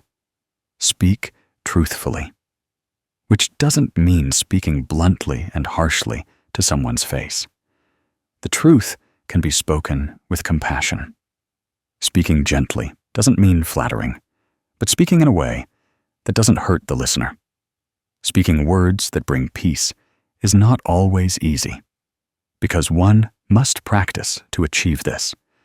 Speaking at the right time means knowing that timing is also a very important factor. Some words are true, but spoken at the wrong time still cause pain. And speaking with a kind heart means having no ulterior motives, no personal gain. The words of a practitioner are like a lotus flower, growing from mud, but not tainted by the mud. Therefore, for words to be free of karma, the mind must first be pure. We really need to practice mindfulness with every word we speak, because words are directly connected to the mind's intention. Speech karma doesn't just happen. It comes from the mind. If the mind is greedy, it speaks deceitful words. If the mind is angry, it speaks harsh words. If the mind is deluded, it speaks words that lead others astray. Conversely, if the mind is kind, words are like sunlight, warming those who are cold. If the mind is clear, words are like a lamp, helping those walking in darkness see their way clearly. A true practitioner is not one who never speaks. A true practitioner is one who can observe their inner self before opening their mouth. Every word can create blessings, or it can create karma. When the mind is trained, words become a gift. When the mind is not yet trained, words can become a burden. A peaceful family also needs peaceful language. A child growing up also needs loving words. A suffering person also needs words of encouragement. So, the important thing is not silence or speaking up. The most important thing is what state of mind we are in before we speak. If you feel reproach, pain, discomfort in your heart, then be silent first. Take a deep breath. Look into your mind. Then, when your mind is at peace, speak with kind eyes. Speak with an open heart. Speak in a way that makes the other person feel that you care about them, not that you are trying to win against them. In this way, words will resolve suffering. Sometimes, just one timely, beneficial, and heartfelt sentence is enough to change an entire life. Words are invisible, but their power is unseen and boundless. A wholesome word can sprout blessings. A malicious word can create negative karma. We choose how to speak so that our lives are light and our minds are at peace.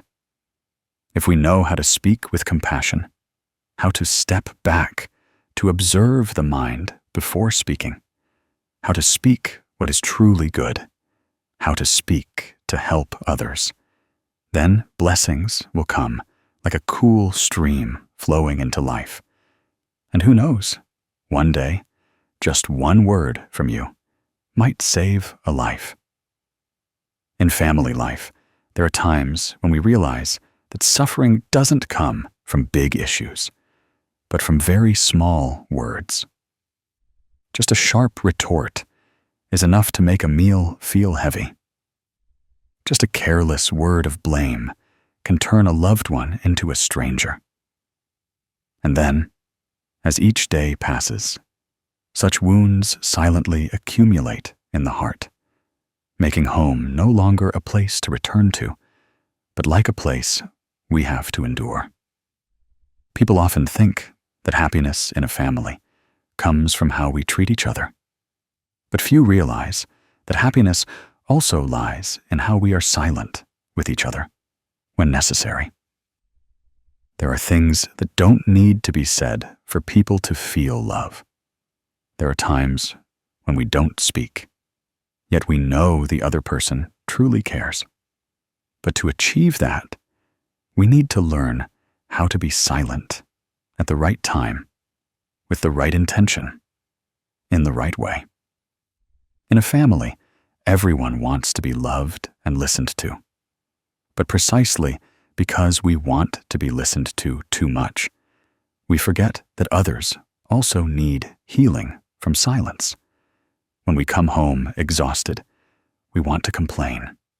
When we face unhappiness, we want someone to understand us. When we are angry, we want someone to listen to us. But the more we want to speak, the more we want others to understand us. We are more likely to hurt our loved ones if our minds are not at peace. Perhaps each of us has experienced a family meal where no one spoke a word to another. The silence, then, was not peace, but a rupture. But there are also times when we choose silence, not out of anger, but out of love. When we know that a loved one is tired, instead of saying more, we are silent to give them space to breathe. That silence is not cold, but full of deep love. In a family, suffering often begins with things we consider small. A thoughtless word, a groundless accusation, an anger that wasn't stopped in time. We often speak impulsively when emotions surge like waves. Anger is like fire. Just a small spark can burn down an entire forest. Thoughtless words can also burn down an entire home. We don't intentionally hurt, but because we want to speak to lighten our own hearts, we end up burdening our loved ones more. And so, conflict arises. Then we make excuses, saying we just wanted to speak the truth. We just wanted the family to be better. But if the truth we speak does not come from a loving heart, even if it is true, it can still create a wound. People often believe that speaking out solves problems, but sometimes speaking out with an agitated mind only sows more adverse winds. In contrast, the Buddha taught that all roots of speech karma stem from an unawakened mind. Anger causes us to utter hurtful words. Greed makes us want others to follow us.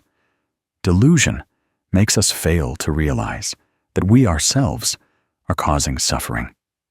If we don't clearly see our mind, silence is the best way to avoid creating more bad karma. Because a word once uttered cannot be taken back. Words have flown away like grains of rice scattered by the wind. We cannot gather them back intact. In the sutras, the Buddha once reminded that silence is sometimes a form of wisdom. Silence to observe one's inner self. Silence to feel the pain of loved ones. Silence to see that what the other person is expressing may not necessarily be their true nature. Perhaps they are tired. Perhaps they are sad. Perhaps they have just gone through a long day full of pressure. And if at that moment we rush to say what we believe is right, it might push the other person into feeling judged. Therefore, the Buddha taught that to keep a family peaceful, one must use mindfulness to guard speech karma. Speaking or being silent are equally important. But the most important thing is where the mind is before we speak. Let's try to look at our family and see where love often comes from. Sometimes we remember hugs, times we held hands, gentle silences meant only to protect us from an emotional storm. We rarely remember words of right or wrong, but easily remember moments when someone chose silence so we could calm down. Silence is not abandonment. Silence is not indifference. Silence can be the gentlest comfort for someone who is tired. The story of Mrs. Nam and her hot-tempered son is perhaps similar to many other stories in the homes we call family. Mrs. Nam lived with her son, Tuan. Tuan worked all day. The dust and pressure of the road weighed on his shoulders, making him lose his gentleness every time he returned home. Before the rice had even cooled, he sighed. Before he could eat, he complained of tiredness. Whenever his mother asked him anything, Tuan would often snap, "I'm tired, don't ask anymore." At first, she was secretly sad. After a few times, she chose silence, knowing her son was just tired, not a bad person. But then one day, she carelessly cooked a dish that wasn't to his liking.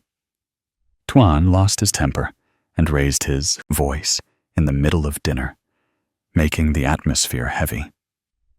Her eyes reddened slightly, but she quietly cleared the dishes and chopsticks and reheated the food herself. Everything was so silent that you could clearly hear the spoon gently scraping the side of the pot. Tuan didn't say anything, but remorse began to creep into his heart like a cold wind. At that moment, she didn't scold him, nor did she show hurt. She just walked over, placed a hand on his shoulder, and told him to eat before the food got cold. Simple words, without blame, without anger, without urging. That gentle touch was not meant to subdue, nor to explain. It was simply a gesture of compassion. Tuan sat silently, feeling as if someone had just pulled back the curtain, covering his mind. Not long after, he burst into tears. For the first time in many years, he apologized to his mother. And for the first time, he realized that some silences are not meant to hide sadness, but to preserve love. Perhaps all of us have been Tuan at some point in our lives. When tired, we don't want anyone to ask. When sad, we don't want anyone to advise. We just want everything to pass quickly. But what lightens our heart is not right or wrong words, but the feeling of being forgiven. Loved ones can choose to react, but when they choose silence to keep us feeling safe, that is true love. In a family, such silence is a form of mindfulness and compassion. Breakdowns in a family never begin with big things. They begin with small dust particles. Then, over time, these dust particles grow and become distance. A harsh word can make an elderly person feel worthless. A careless word of blame can make a child feel they're never good enough. A moment of anger can make a spouse feel lonely, even when standing in their own home. Therefore, guarding speech karma in the family is one of the most fundamental practices. Practice is not just in the temple. Practice is where one lives. Practice is in every word and reaction. Whenever something undesirable happens. When we know how to be silent at the right time, we are creating a space for emotions to settle. That space is where wisdom sprouts. If we rush to respond, the ego will take over. But when we choose to step back, the ego will lose its power. And at that moment, a deep understanding of our loved one's suffering will guide us. We realize that an irritable person is not bad, but weak. A quarrelsome person is not evil, but doesn't know how to express the pain in their heart. And if we are peaceful enough not to resist, it is very possible that we will save the other person from creating bad karma. A mindful person never argues to win. Because winning in a family brings no joy. Winning an argument, but losing love, what's the point? A family is not a place to prove who is right or wrong, but a place to return to feel at peace. Therefore, timely silence is part of the wisdom of living together. It is not passivity, it is self-discipline. Silent to understand, silent to observe, silent to wait for the right moment. Speak only when the heart is at peace. Then words will never hurt anyone. If you want your family to last, practice silence about unimportant things. Choose silence when angry. Choose silence when you return home from work, still exhausted. Choose silence when an elderly person accidentally does something wrong. Choose silence when a child doesn't yet have the words to explain why.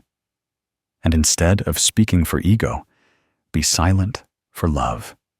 Breathe steadily and ask if what you want to say will create happiness for the listener. If not, wait. If so, then speak with a gentle voice, with kind eyes, with compassion. We cannot avoid disagreements, but we can reduce many consequences simply by being silent at the right time. In a family, silence is not weakness, but the strength of one who practices guarding their mind. For lasting happiness does not come from speaking a lot, but from knowing when to speak less. Like Mrs. Nam in that story, she did not retort when her son spoke harshly to her, but that silence healed her son's heart. Because compassion is always stronger than ego, understanding is always deeper than all arguments, and mindfulness always stands above all, right and wrong. For a family to be peaceful, everyone needs to learn to cultivate their breath. Cultivate in how they see loved ones. Cultivate in how they react to undesirable things. Cultivate in how they are silent, because silence can also be a prayer for those we love. Every time we know how to be silent, to maintain peace for our family, we are creating blessings. In every such moment, we are not only saving words that could cause hurt, but sometimes we are also saving a heavy soul that we love most. A lasting family is not built by speaking a lot, but by knowing when to be silent. When we know how to be silent at the right time, we are sowing seeds of peace in the fertile ground of our own soul and of those we love. And who knows, just by one act of silence, we might preserve a family intact.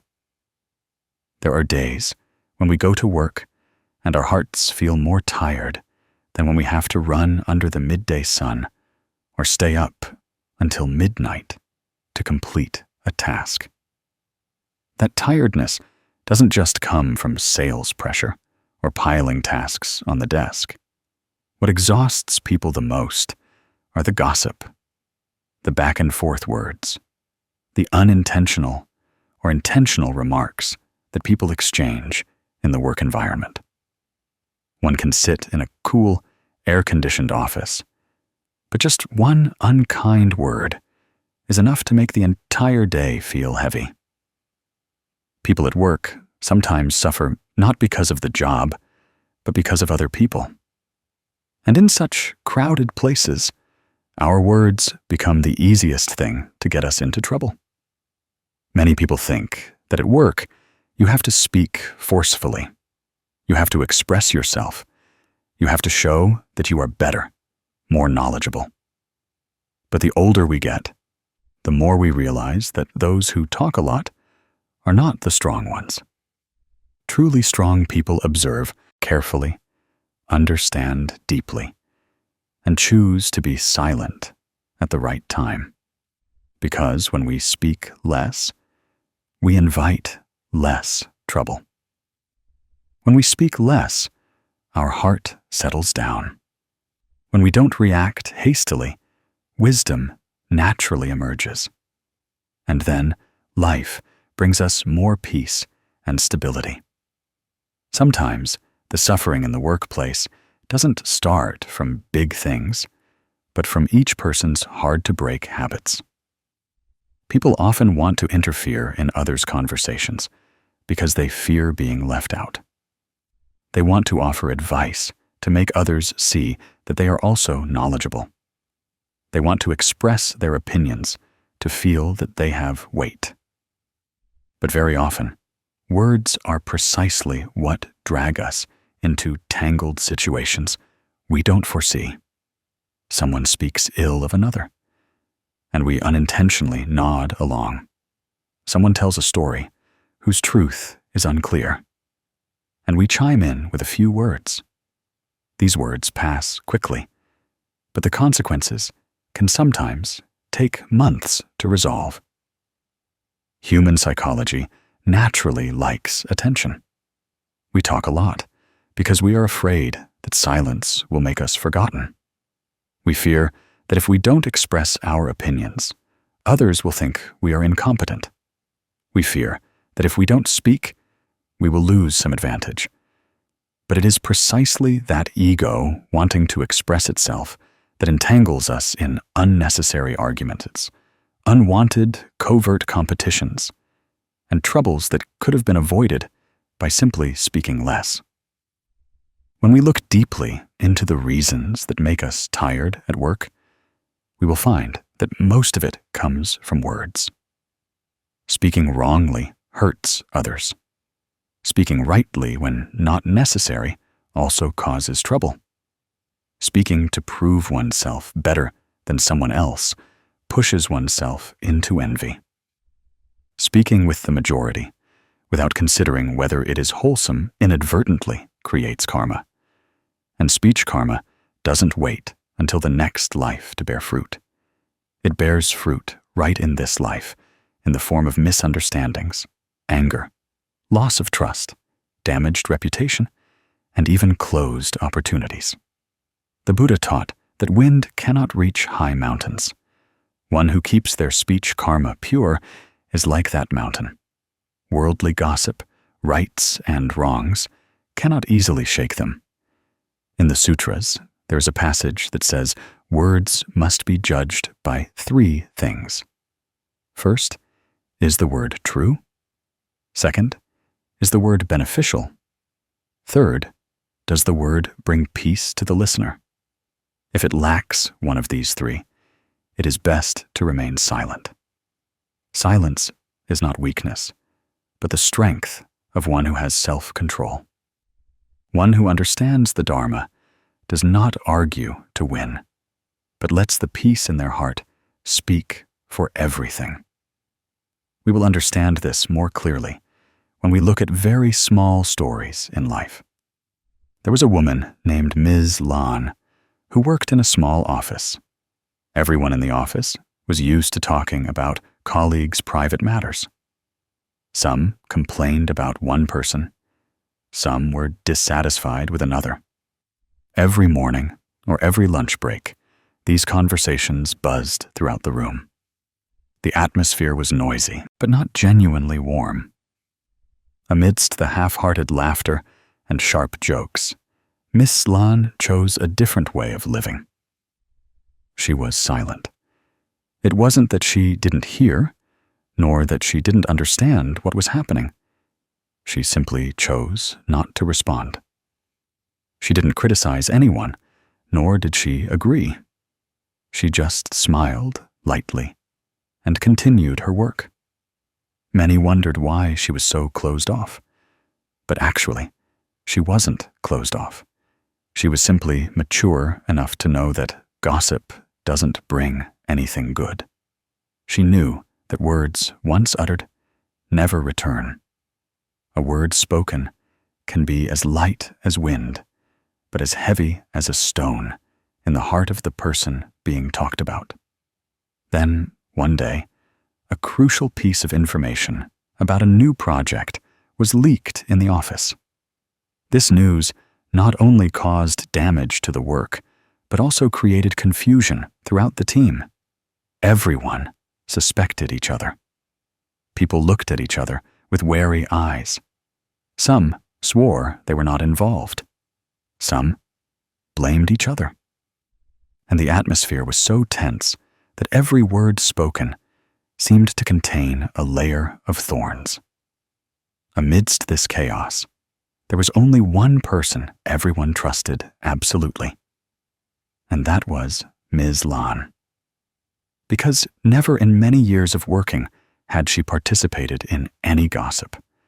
Never had she let slip a word that hurt others, nor had she ever become the center of any gossip. Her very silence became a shield protecting her value in the eyes of her colleagues. People didn't need to investigate much. They just needed to remember how she lived, how she spoke, how she guarded even the smallest words. And they knew she was never the one to cause trouble. And that trust was not something she deliberately created. It was naturally gained from her daily attitude to life. A few weeks later, the company needed to choose a new team leader. Although many had good work performance, The management still chose Ms. Lan, not because she spoke well or knew how to attract attention, but because she was calm enough, discreet enough, mature enough to handle sensitive issues without hurting anyone. People believed that a person who knows how to guard their mouth will know how to guard their reputation and guard the team.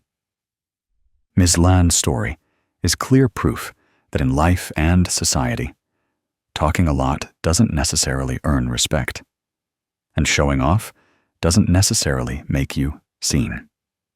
Some people gain more trust by speaking less, earn more respect by being silent, and are given more opportunities by being humble. Her path to success was not built on promises or colorful words.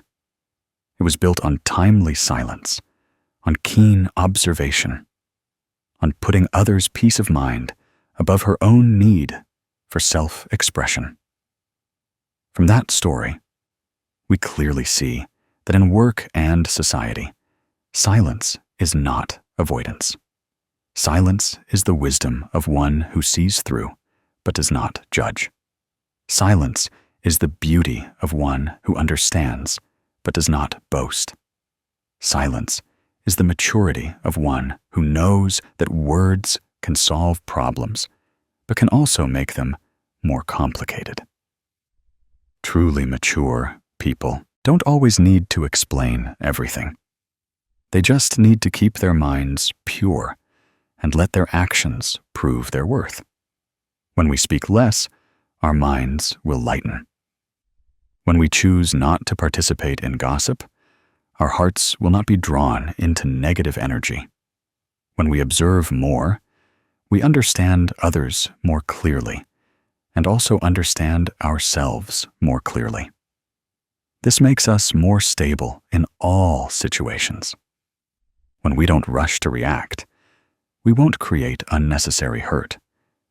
And when we speak less, we also expose fewer of our own weaknesses. Because it's only when we talk a lot that we unintentionally reveal what we don't want others to know. Silence is a way of guarding oneself. At work, silence also helps us focus on truly important tasks. We don't get caught up in side conversations. We don't waste time on comparisons, rivalries, or sarcastic remarks that don't bring anything beneficial. We dedicate our energy to more valuable things. When we focus, our work improves. When our work improves, our hearts feel more confident. When we are confident, we no longer need to use words to assert ourselves. The Buddha once taught that to keep one's body and mind pure, one must first guard one's speech karma. Speech is the first gateway that agitates the mind. When we control our words, we control a very large part of karma. One who knows how to speak wholesome words will have blessings. One who knows how to be silent at the right time will avoid misfortune. And one who knows how to filter every word they want to say will build trust in the hearts of others. So, what should we do to live silently in a profound way without being silent out of fear? First, we need to learn to recognize the moment we are about to say something just to express our ego. As soon as we realize this, we take a light breath and let that thought dissolve in our mind. Then we observe whether what we are about to say is truly necessary. If not necessary, let silence answer for us. Ta kum kote tuk tap nghe so. Khi nghe so, ta không nghe để phản bác, không nghe để chen vào, không nghe để tìm lỗi của người khác. We listen to understand, and when we understand, we realize that speaking out is sometimes unnecessary. Knowledgeable silence has far more healing power than hasty words. We can also practice speaking more slowly. When we speak slowly, our mind also slows down and is no longer caught up in anger or haste. Every word spoken at that moment will carry peaceful energy, harming no one. Speaking little, speaking slowly, and speaking with compassion is a way to guard ourselves from unnecessary troubles. When working, we should also know what to share and what to keep to ourselves. Not everyone wants the best for us. Not everyone understands what we consider important. If we talk too much about private matters, we will unintentionally give others an opportunity to judge or use it against us. Keeping a part of silence is keeping our freedom. Workdays will become lighter when we know what to keep in our hearts and what to let go of, so that gossip cannot touch us.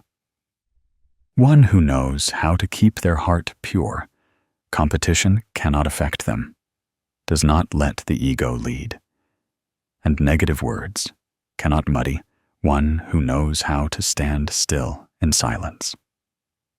I want to tell the listener that silence is not to escape life, but to understand life. Speaking less is not to make others fear us, but to make us fear unnecessary things less. When we live peacefully through our words, blessings will naturally come to us. Because blessings do not come from great things. Blessings come from small choices in life, including how we open our mouths, at work or in the larger society. If you know how to speak less, you are opening a bright path for yourself. Others may be more talented than you, more agile than you, more articulate than you. But if you know how to be silent at the right time, you will always have a firmer footing than many others. Because silence makes others feel safe when they are with you. And when you make others feel safe, you will always be the chosen one. I only ask you to remember one simple thing.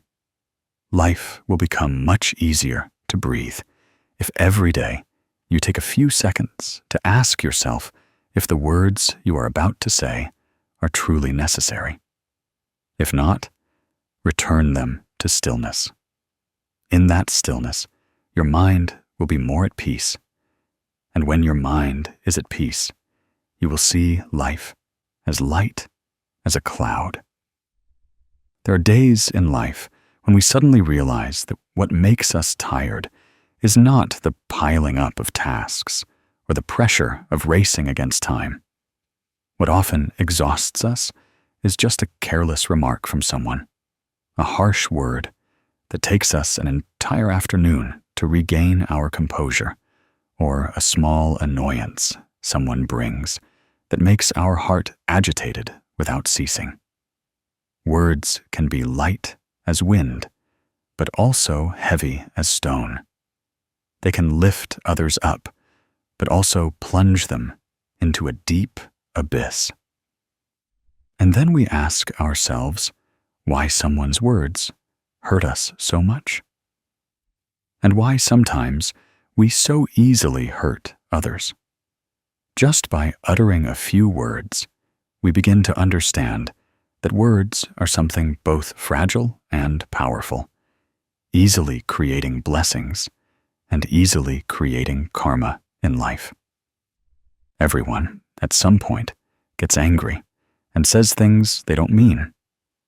Everyone has moments of hastily judging someone without knowing that behind their forced smile might be a bleeding heart. Everyone has at least once misunderstood someone and confidently believed they were right, only to realize much later how impulsive they were in their emotions. Our suffering sometimes comes not from external circumstances, but from a mind that has not settled, a mouth that has not been guarded, and a lack of patience to look deeply into the suffering of others. People often react with words before truly observing. We don't wait a few minutes to fully understand the story. We don't take a step back to see the whole picture. The ego makes us want to be right, want our opinion to be heard first. Familiar psychology makes us believe that only by speaking out can emotions be released. But the more we speak when the mind is not clear, the more those words lack compassion, and the more they plunge both ourselves and those around us into trouble.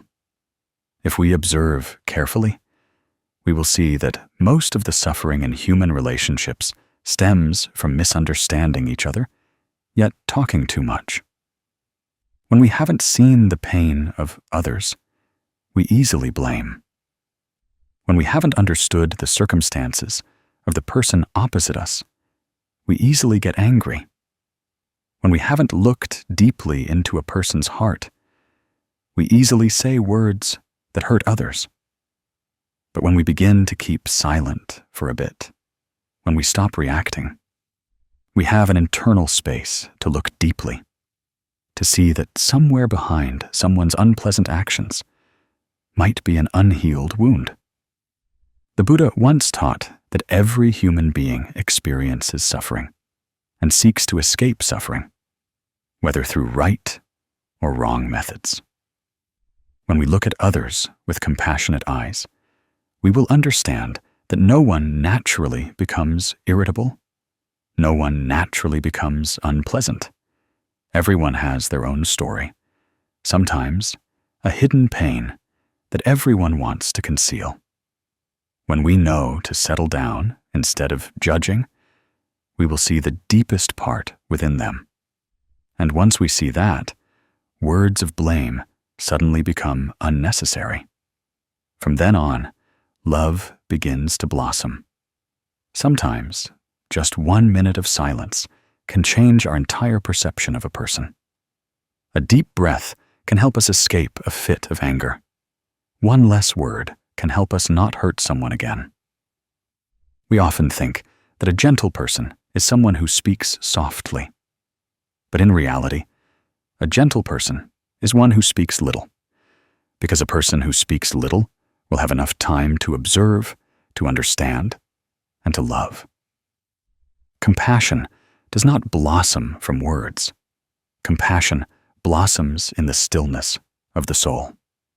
To have compassion, we must first learn to guard our mouth. There is a story about Mr. Hai that I want to tell.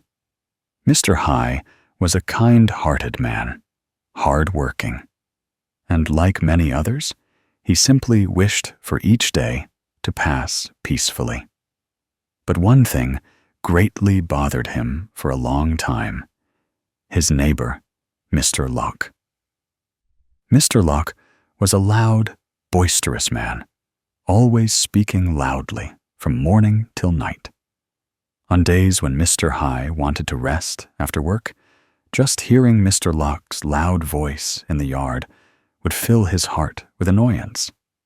His wife told him not to mind, but he remained irritated because he loved quiet.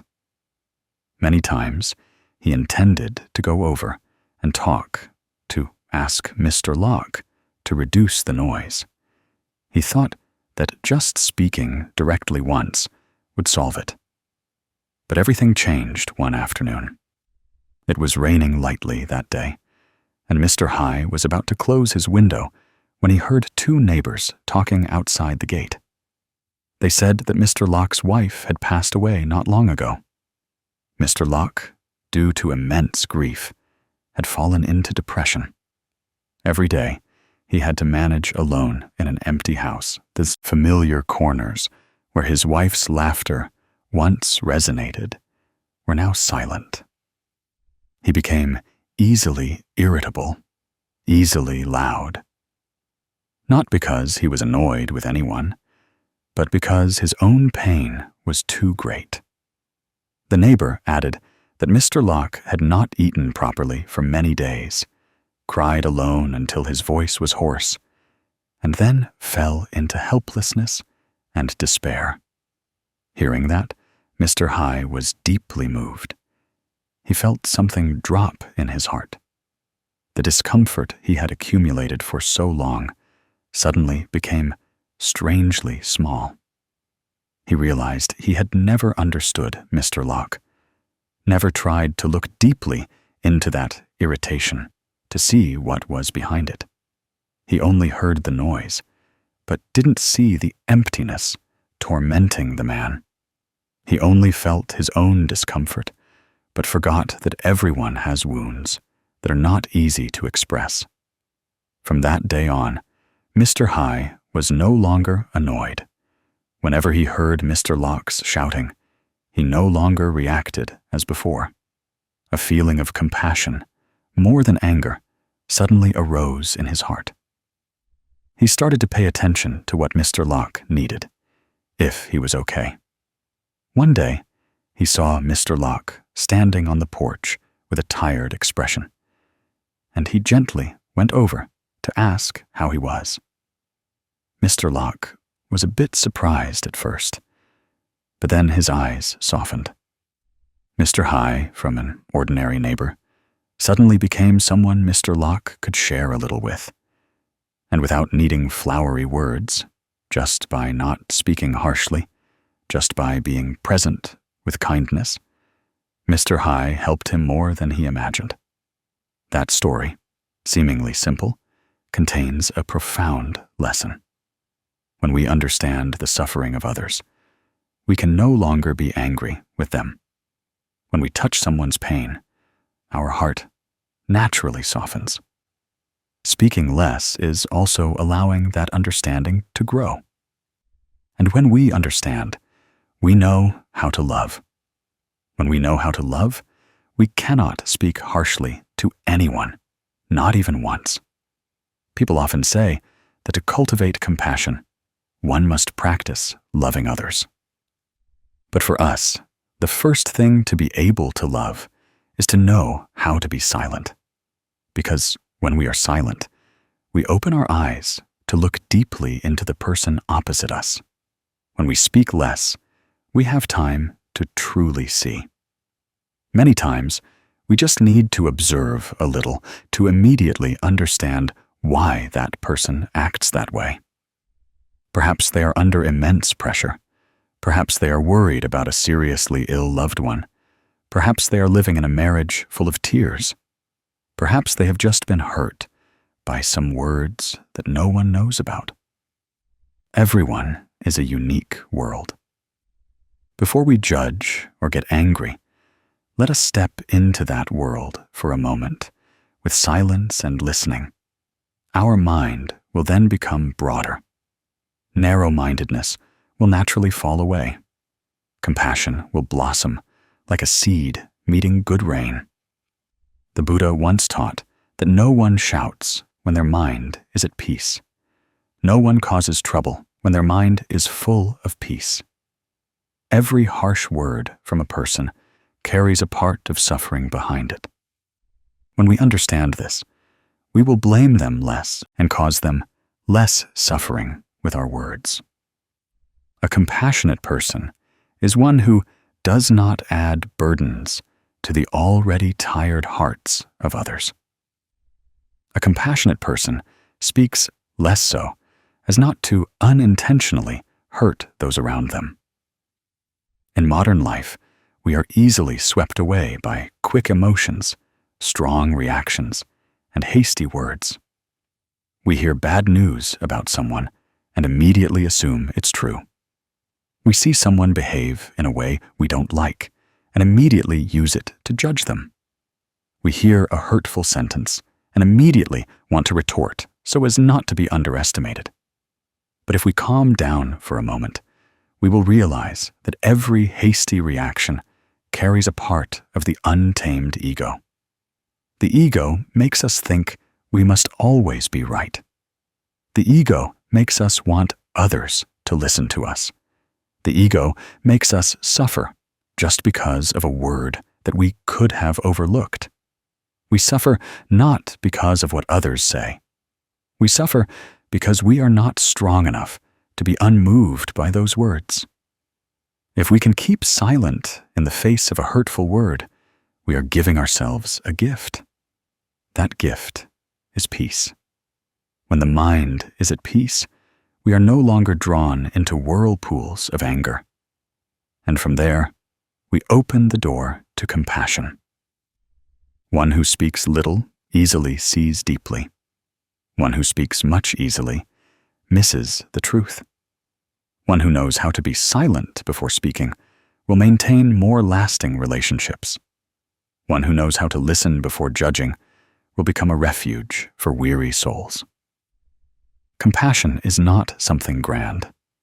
Compassion begins with how we speak to others, with gentleness in every word, with the ability to control ourselves when we want to get angry, with speaking less unnecessary words.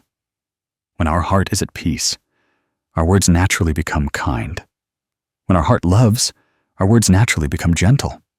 When our heart sees the pain of others, our words naturally become healing.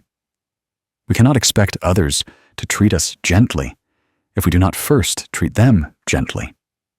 We cannot expect others to stop hurting us if we ourselves still use words to hurt them. We cannot expect a peaceful life if our mind always wants to react. Speaking less is how we tidy up our mind before we want to change someone else. When we speak less, we not only protect others, but also protect ourselves. There is a very good way to cultivate compassion. That is, whenever we want to say something that would make others sad, try to put ourselves in their shoes. We try to imagine how we would feel if someone said that to us. When we can do that, we have taken another step into understanding. And understanding always is the door to love. An understanding person cannot intentionally hurt others. In close relationships, speaking less is a way to maintain peace. In distant relationships, speaking less is a way to be thoughtful. In a work environment, speaking less is a way to maintain harmony. In life in general, speaking less is a way to cultivate compassion and sow blessings. Because blessings do not come from speaking or speaking well. Blessings come from speaking at the right time, in the right place, with the right intention. If every day we take a little time to observe those around us in silence, we will see that everyone carries a hidden story. Some are battling illness. Some are under great economic pressure. Some have lost loved ones. Some carry a long loneliness in their hearts, with no one to share it with. These things do not appear in their smiles or their eyes, but it still is there, silent and heavy. When we see that with eyes that know how to love, we will not be able to utter words that hurt them. A compassionate person doesn't need to do anything grand. A compassionate person just needs to speak little and look deeply, just needs not to add more pain to anyone's life, just needs to keep their heart at peace so as not to cause unease to others. Every time we are silent so as not to hurt a vulnerable person, we are sowing a seed of blessing in our heart. Every time we try to understand instead of blaming, we are opening the door of love. And every time we look at others with a light heart, we are freeing ourselves from unnecessary anxieties. I want to send the listener a gentle reminder. Let your heart settle down a bit before speaking. Let your gaze soften a bit before looking at others. Let your mind become a little softer before judging. Inner stillness is the most fertile ground for compassion to sprout. When you speak less, your life will suffer less. When your mind is calm, your heart will know how to love more. And when you know how to love, blessings will naturally find you, like water finds a river. Dear friend, as we sit together in a quiet evening like this, I want to invite you to look deeply into a very small thing that has a great impact on everyone's life. our own words. From morning till night, we speak more than we realize. We speak to loved ones, colleagues, friends, and sometimes we even speak to ourselves. But not every word brings joy. Some sentences warm hearts. Others make someone's entire day feel heavy. And sometimes, just one word uttered in anger is enough to sow seeds of suffering into the realm of cause and effect. Later, I met many people, and as I listened to their life stories, I realized that most suffering does not lie in circumstances. It lies in how we react, in the words we utter too quickly before the mind has had time to settle. Therefore, today, I want to gently walk with you through an important truth. When you speak less, your life will suffer less. When you keep your speech, karma, pure, blessings begin to be present in every breath. We often think suffering comes from lack of money, lack of love, lack of opportunities. But try to notice if many times you feel tired just because of a few words that make your heart sink. A careless word of blame makes us sad for an entire afternoon. A harsh word makes us lose sleep thinking about it. A derogatory remark can wound one's self-esteem forever. Similarly, there are words we think are just meant to lighten our hearts, but they hurt others. For several days, some people withdraw for months just because they heard an insult. Some people's marriages fracture because of a few harsh words from their spouse. Some children grow up with unhealed wounds because of derogatory words. Words can truly save a person or make them fall. But because speaking is too easy, we forget its power. We forget that speech karma is created the fastest and returns just as quickly. We forget that words are not lost, but they can diminish blessings. And we forget that once words are uttered, they can never be taken back. When I look deeply into the cause of suffering, I see three things that always revolve around us. First is haste. The more agitated the mind, the sharper the words. When we react before we even breathe, the words spoken usually don't carry wisdom. They only carry instinct and habit. Second is the ego, always wanting to be right, wanting to be superior, wanting not to lose. From that comes harsh words, words spoken out of spite, words to prove oneself. Third is old karma that makes us prone to outbursts, prone to judgment, prone to uttering unkind words. These three factors make words an invisible knife, cutting into ourselves, into others, and into the relationships we cherish. If you notice, the times we suffer from others' words are often when we are not mindful enough to let go. But when we hurt because of our own words, it's because we are not mindful enough to guard our mouth. Karma lies right there, very close, not far away, and blessings also form from there. When we know how to speak less, we create fewer opportunities for suffering and negative karma to interfere in our lives. Do you know? In the sutras, the Buddha gently taught that body, speech, and mind are all places where karma is created. When the body acts virtuously, blessings arise. When speech is virtuous, blessings are great. When thought is virtuous, blessings are deep. That is not difficult to understand. A good action can help one person, but a good word can touch many people at once. A virtuous thought can change our entire attitude towards life in a day. Therefore, keeping speech karma pure is a very great merit. The Buddha also said that words are like arrows. Once shot, they cannot be retrieved.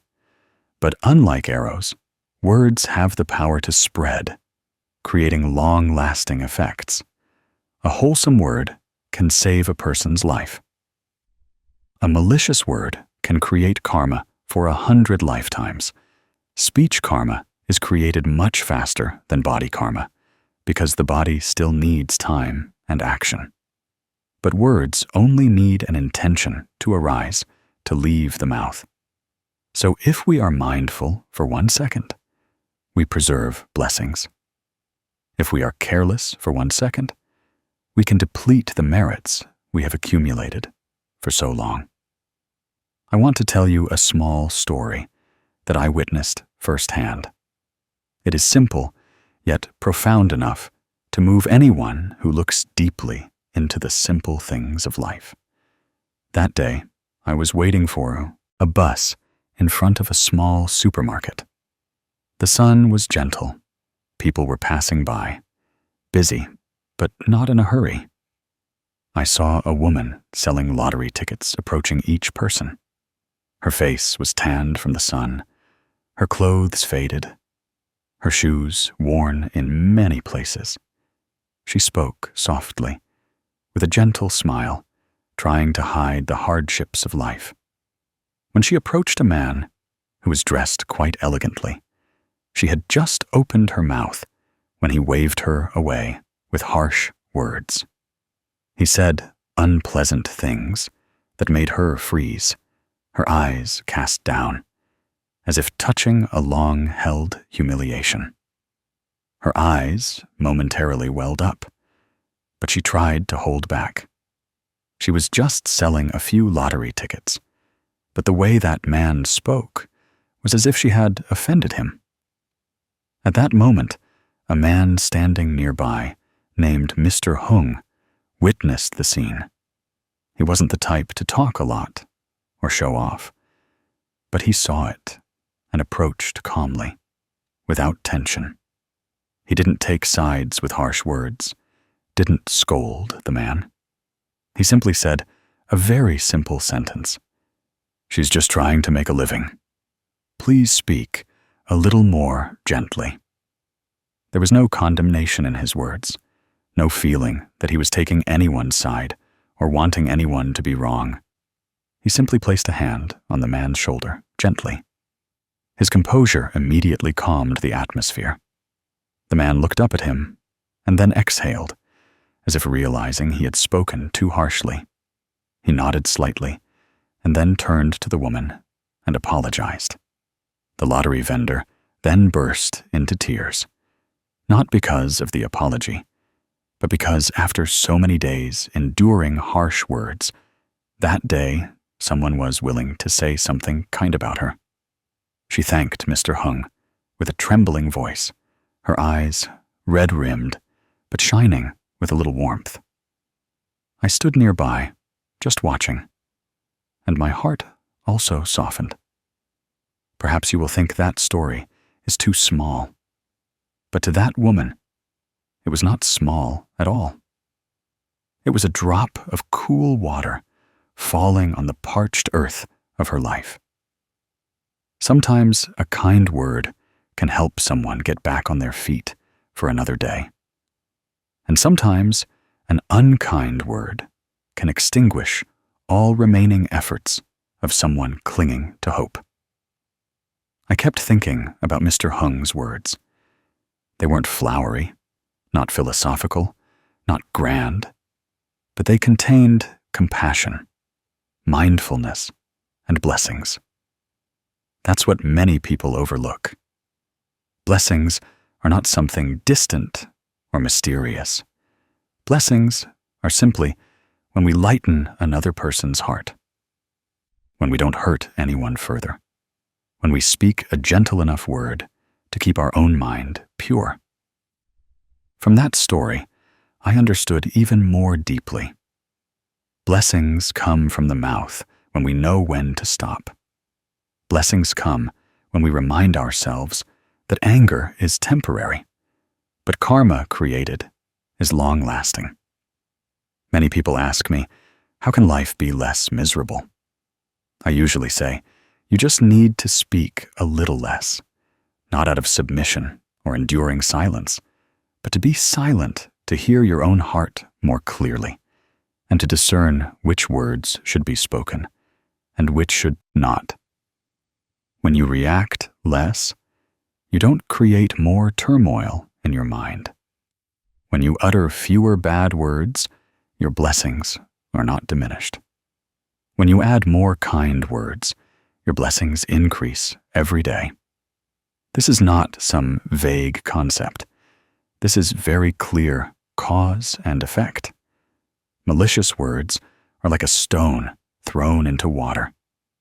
It creates ripples that spread far and wide, ripples that we ourselves cannot fully measure. Wholesome words, on the other hand, are like clear water drops falling into a stream. They make the water cooler and clearer over time. If we understand this, we will change how we speak every day. We will be slower before uttering words. We will ask ourselves if this sentence will lighten or burden the other person's heart. We will ask ourselves if this sentence will preserve our blessings or erode them. We will ask ourselves if the words we speak come from wisdom or from ego. And you know, just by asking such questions, the mind will naturally soften. When the mind is soft, words will be wholesome. When words are wholesome, life will be peaceful. That is a very beautiful logical sequence. It doesn't require lofty philosophy, just your own mindfulness. We often think practice is difficult, but guarding speech karma is actually the closest, easiest, and most effective path of practice. Just by practicing breathing before speaking every day, pausing a little before reacting, thinking about the other person's emotions before opening our mouth. We don't need to say profound things. Just avoid saying words that hurt others. Just avoid depleting our own blessings. When our mind is calmer, our face is gentler, our words are lighter. Then all relationships naturally become smoother. Peace does not come from great wealth, but from a mouth that knows how to choose its words. Blessings do not come from afar, but from very small, kind words in life. I hope you remember that every time you speak a gentle sentence, you not only make others feel better, but you also create an invisible layer of blessings around yourself. A person with blessings, whatever they say, others will accept. A person whose blessings are exhausted, whatever they say, seems to create trouble. Therefore, guarding the mouth is guarding blessings. Speaking wholesome words is sowing blessings. Speaking fewer bad words is protecting blessings. Once blessings remain with you, everything will naturally become lighter. The path you walk will be wider, and your mind will be more at peace. That is why I always remind my friends that simply by keeping their words gentle, their life has already changed by half.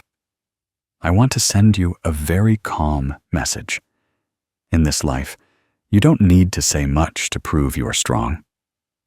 True strength lies in knowing when to be silent and when to speak. You don't need to use grand, powerful words to be respected. Wise people often use words like spring water, gentle and clear. Blessed people often speak with compassion, so everyone who hears them feels at ease. You just need to remember one thing. Every word you speak is a seed sown into life. Good seeds will bloom into good flowers. Bad seeds will bear bitter fruit. So choose to sow flowers. Speak words that warm people's hearts. Choose kindness as the place from which your words emerge. Then, you will find life as light as a breath. When you speak less, your life suffers less. When you guard your speech karma, your mind will be at peace. When you speak wholesome words, blessings will naturally come. I believe that if you start today, your life will change in the gentlest way you never expected. Dear friend, as we have walked a long path together, from the confusion in communication, the suffering created by words, to the lessons about cause and effect, and mindfulness in speech karma, I want to invite you to pause for a moment and take a gentle breath.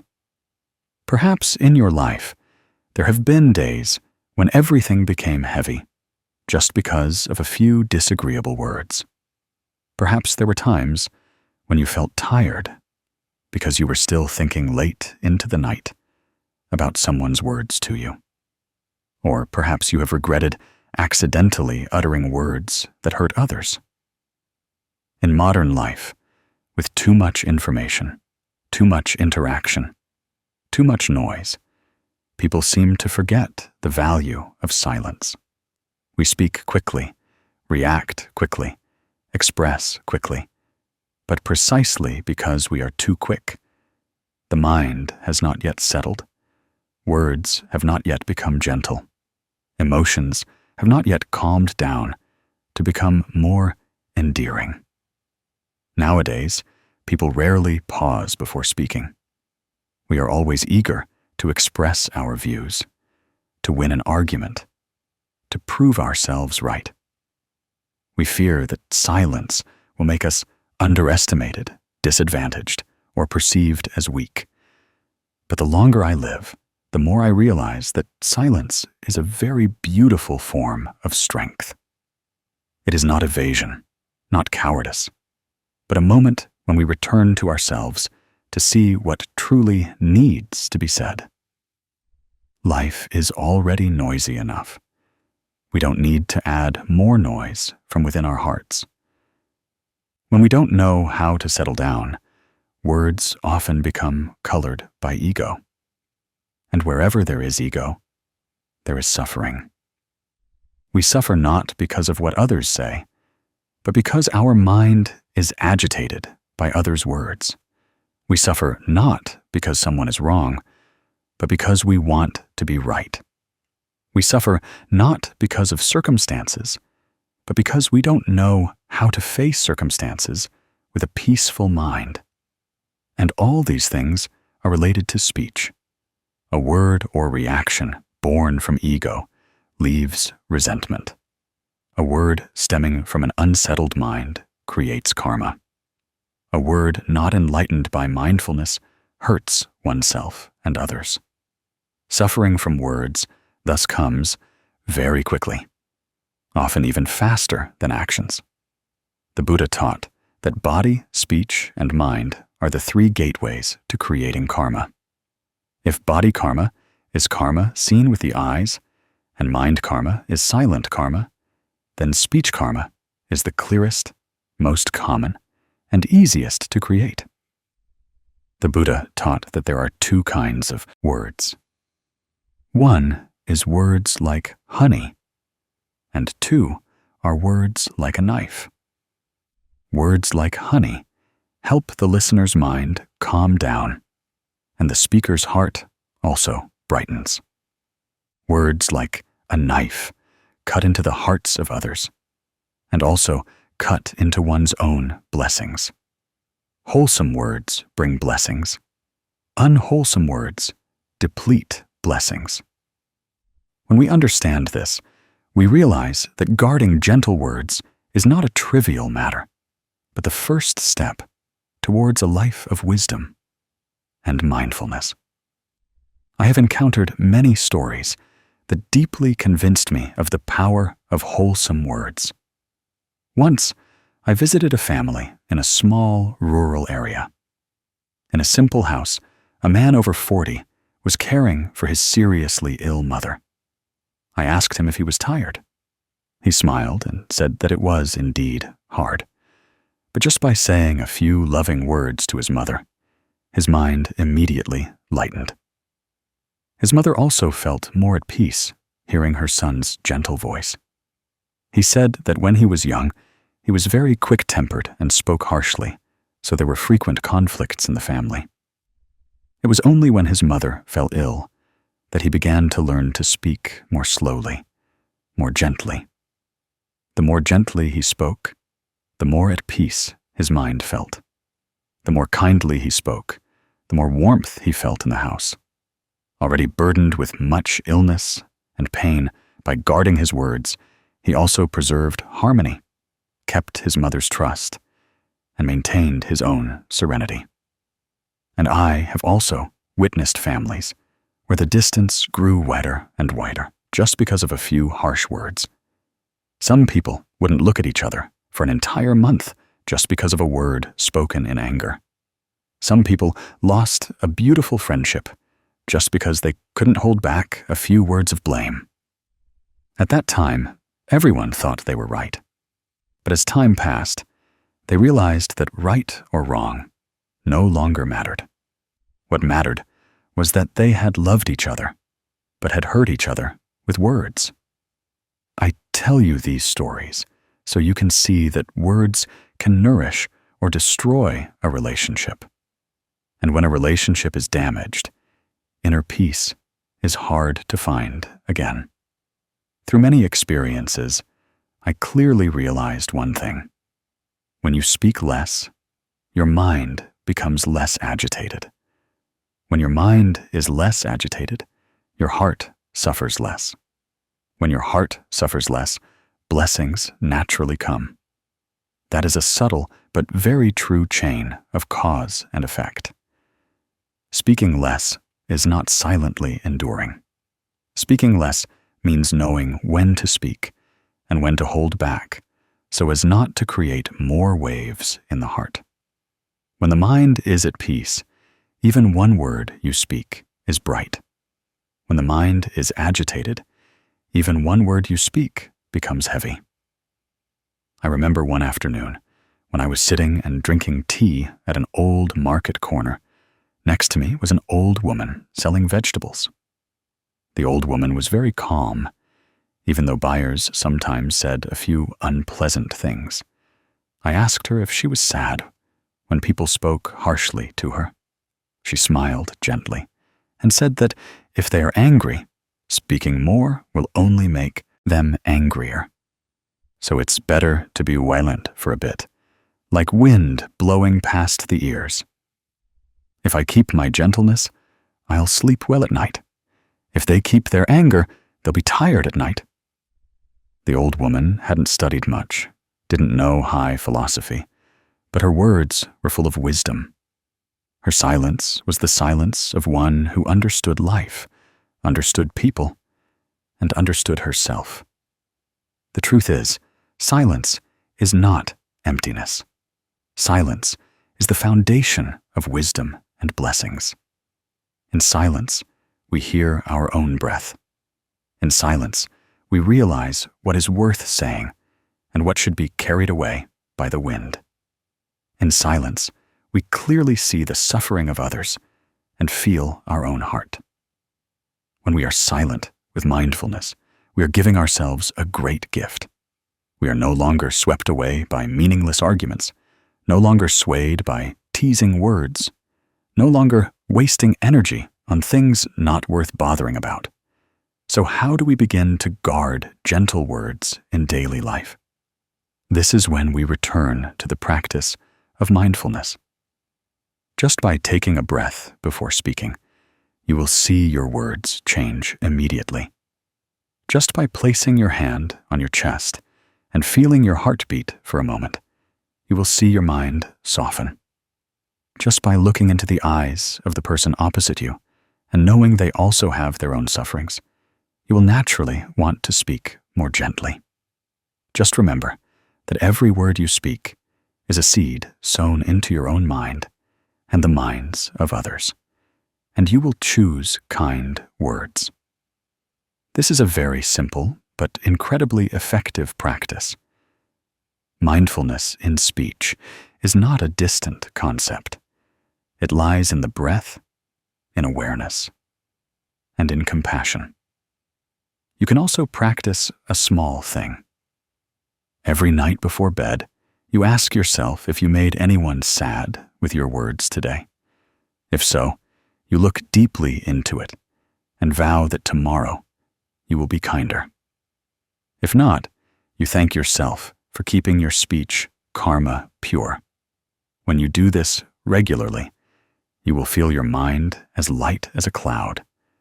A light mind leads to deep sleep. A peaceful mind leads to a peaceful life. My dear friend, life doesn't need us to say too much.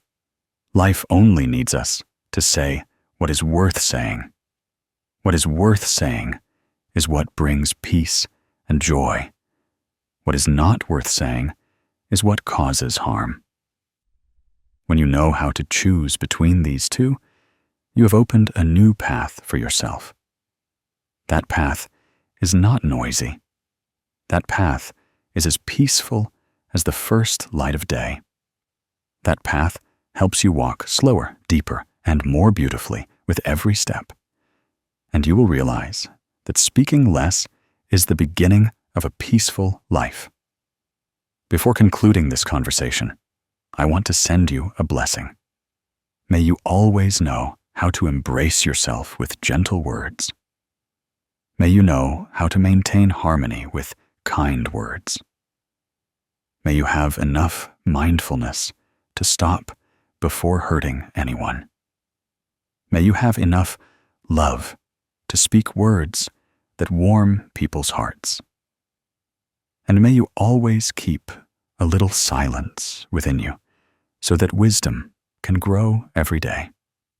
Remember that silence is not emptiness, but the foundation of wisdom and blessings. Remember that when you speak less, your life suffers less. If you keep this in your heart, you will see life soften, little by little. Your path will be less bumpy. Those around you will also feel more at ease, and you yourself will find the peace you have been searching for all this time. Thank you for accompanying me to the very end of this section. I wish you a peaceful night, a gentle tomorrow, and a heart light enough to navigate all the ups and downs of life.